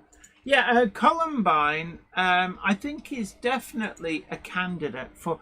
I'm going to say Columbine with Rapido trains for Rails of Sheffield and locomotion models. That's a prediction of mine for some point in the next 18 months. And I don't actually know. That is a pure guess based on instinct. But I've got this sneaky feeling that Columbine will turn up as an exclusive. And I think that Rapido will be the manufacturer. So there we go. Right. Apparently the screen did come up okay, says Harp Household. Thank you. Right. Our cat is laid on her back, looking up at us. Yeah, our cat's funny. She's lovely. Lovely little cat. She's got this habit where she'll sit in the bath without any water in the bath, obviously, and then she expects you to make the tap drip a little bit, and she's fascinated by the water, and occasionally she'll drink some of it, but she just loves watching taps drip. It's humorous indeed. So 156 Andrew says, next week my mum going to Llandudno, and yes, planning to go to Llanfaith Pwthgwingl Gogeri Chwendro Brillianti Silio Go Go Go. Okay. Right. Was that your best attempt? Yeah, it was. Alright. Well, if it's your best attempt, I suppose it's okay.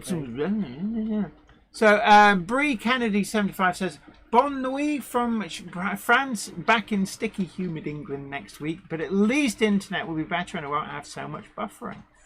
Well, it depends. If you're on Virgin Media, prepare to be shafted. Repeatedly. Now my bottom hurts. Right. Richard Gruter says, I'm going to have to go offline for a few weeks as I'm being investigated for stealing inflatables, so have to lie low.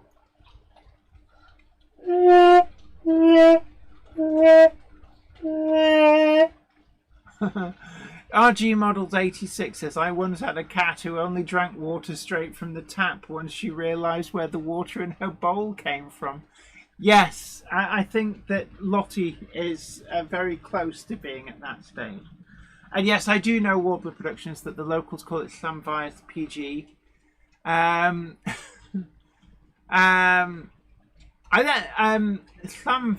Pwthgwingl is the actual name. The rest was added on as to make it a tourist trap.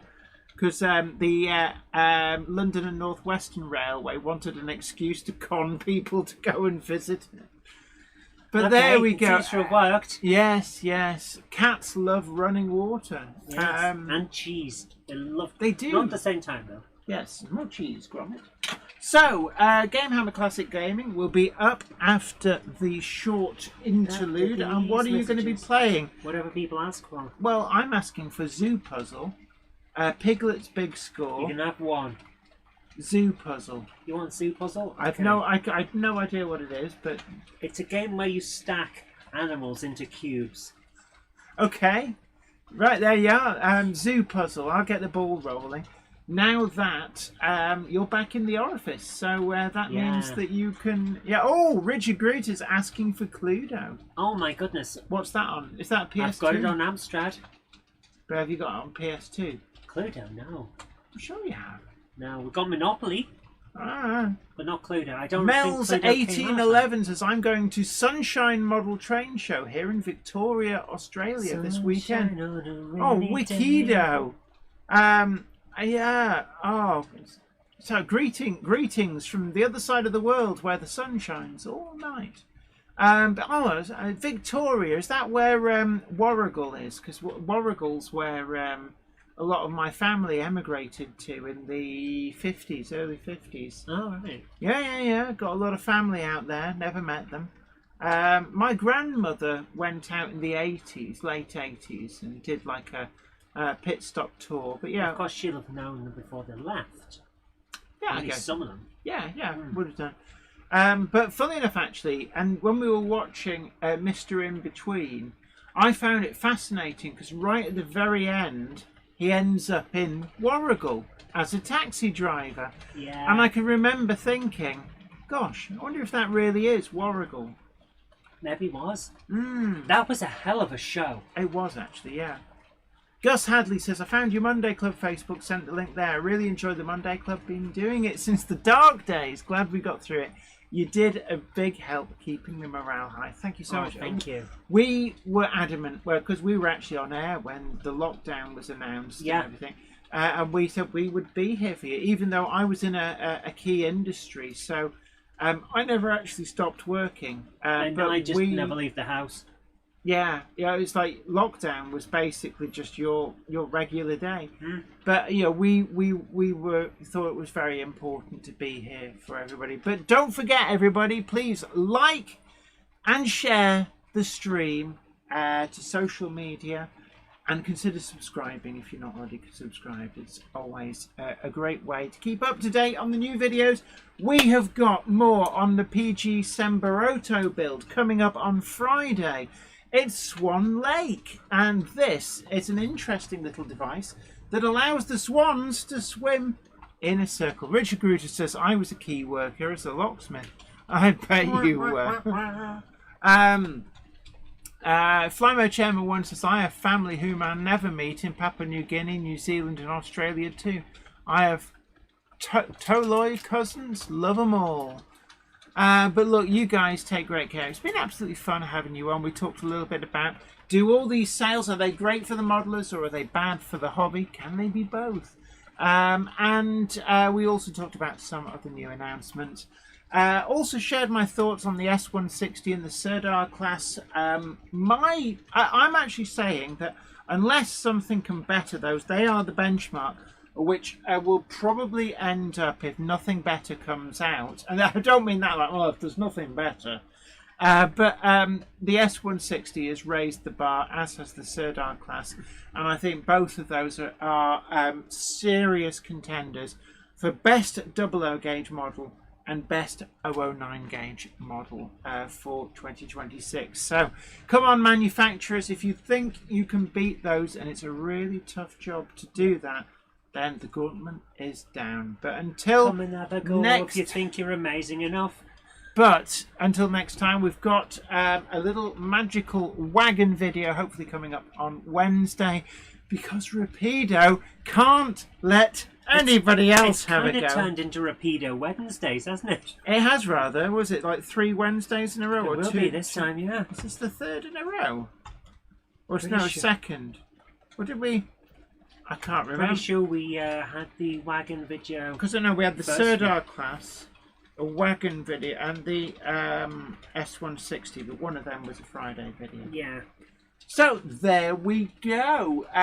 Do stay tuned. You'll get a prompt to head on over to Gamehammer Classic Gaming at the end of the stream. Just click the button and over you will go. And whilst you're there, do click the like button. Consider sharing to social media and subscribing to the channel. But until next time, you guys, you've been so well behaved, and I'm not had to see anybody get moderated. It's great when that happens. I do like it when we're all nicely well behaved.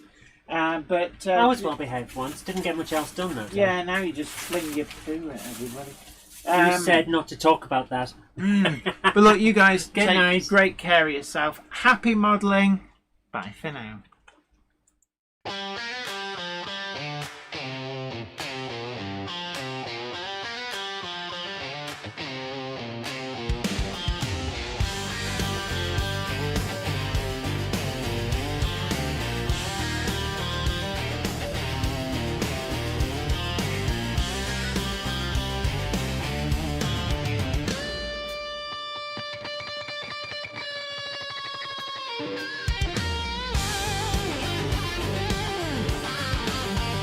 Jenny loves you, Diesel Shunda. In the yard, you're no front runner. Unappreciated, slow and steady. Metal beast, you're always ready. Back and forth with wagons trailing. In the yard, you're never failing. Rusty wheels and engine humming, steady groans always coming. Gronk it up, you're the one who fills the cup. Pull those wagons back and forth, gronk it up for what you're worth. Gronk the 08 unsung hero. Diesel hard, but love is zero. Jenny sees your true intention. Endless work without a mention. Slow and steady, never flashy. In the yard where tracks are trashy. Jenny knows your secret song. To her, you're where you belong. Gronk it up, you're the one who fills the cup. Pull those wagons back and forth, gronk it up for what you're worth.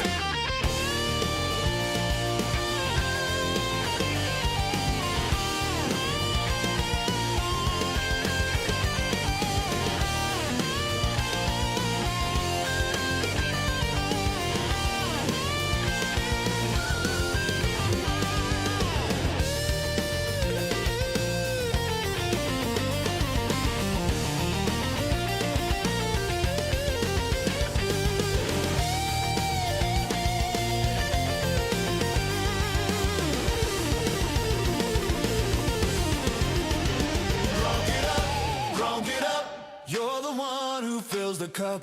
Pull those wagons back and forth, grunk it up. For what's your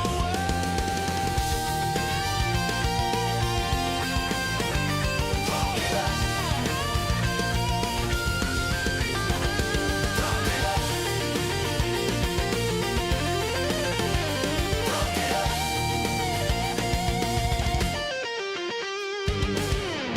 Hashtag not a cult.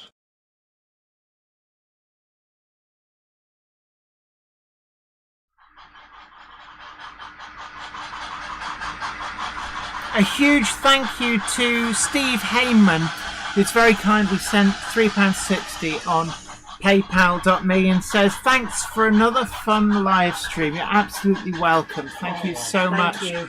And also, I can't remember if I thanked Simon Pitcher last week, but thank you so much to Simon Pitcher as well, who sent some money last week. Thank you so much for your generosity. David said, I'll give you. Yeah, take that way. I'll text you or something when it's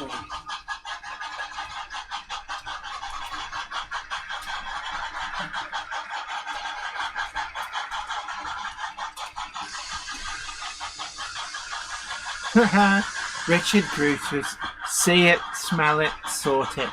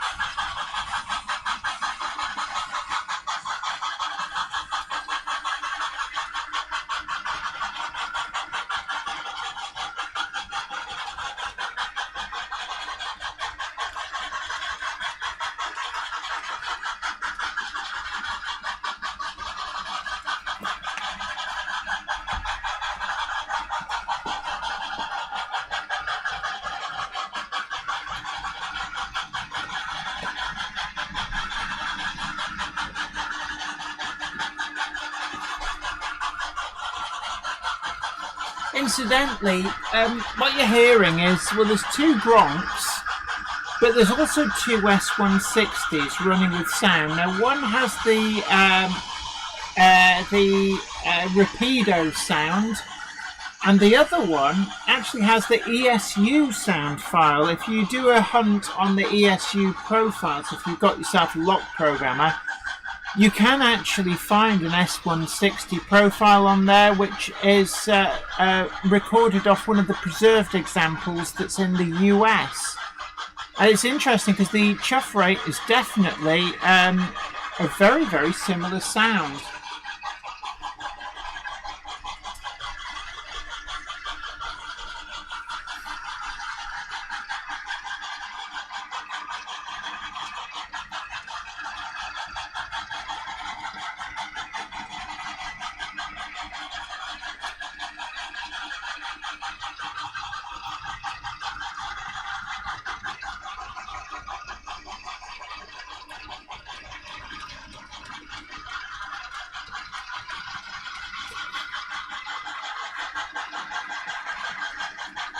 Richard Swiderski, I would say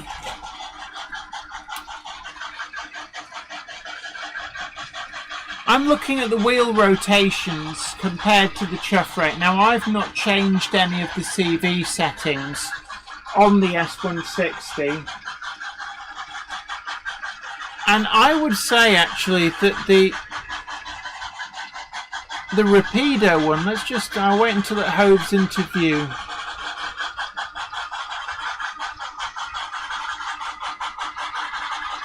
I would say it's about right.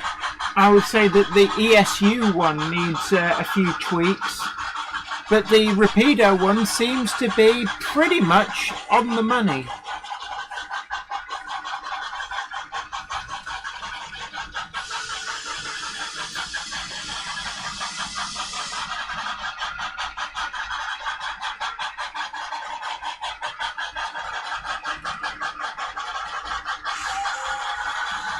The whistles are very different. Thank you, Flymo Chem 1.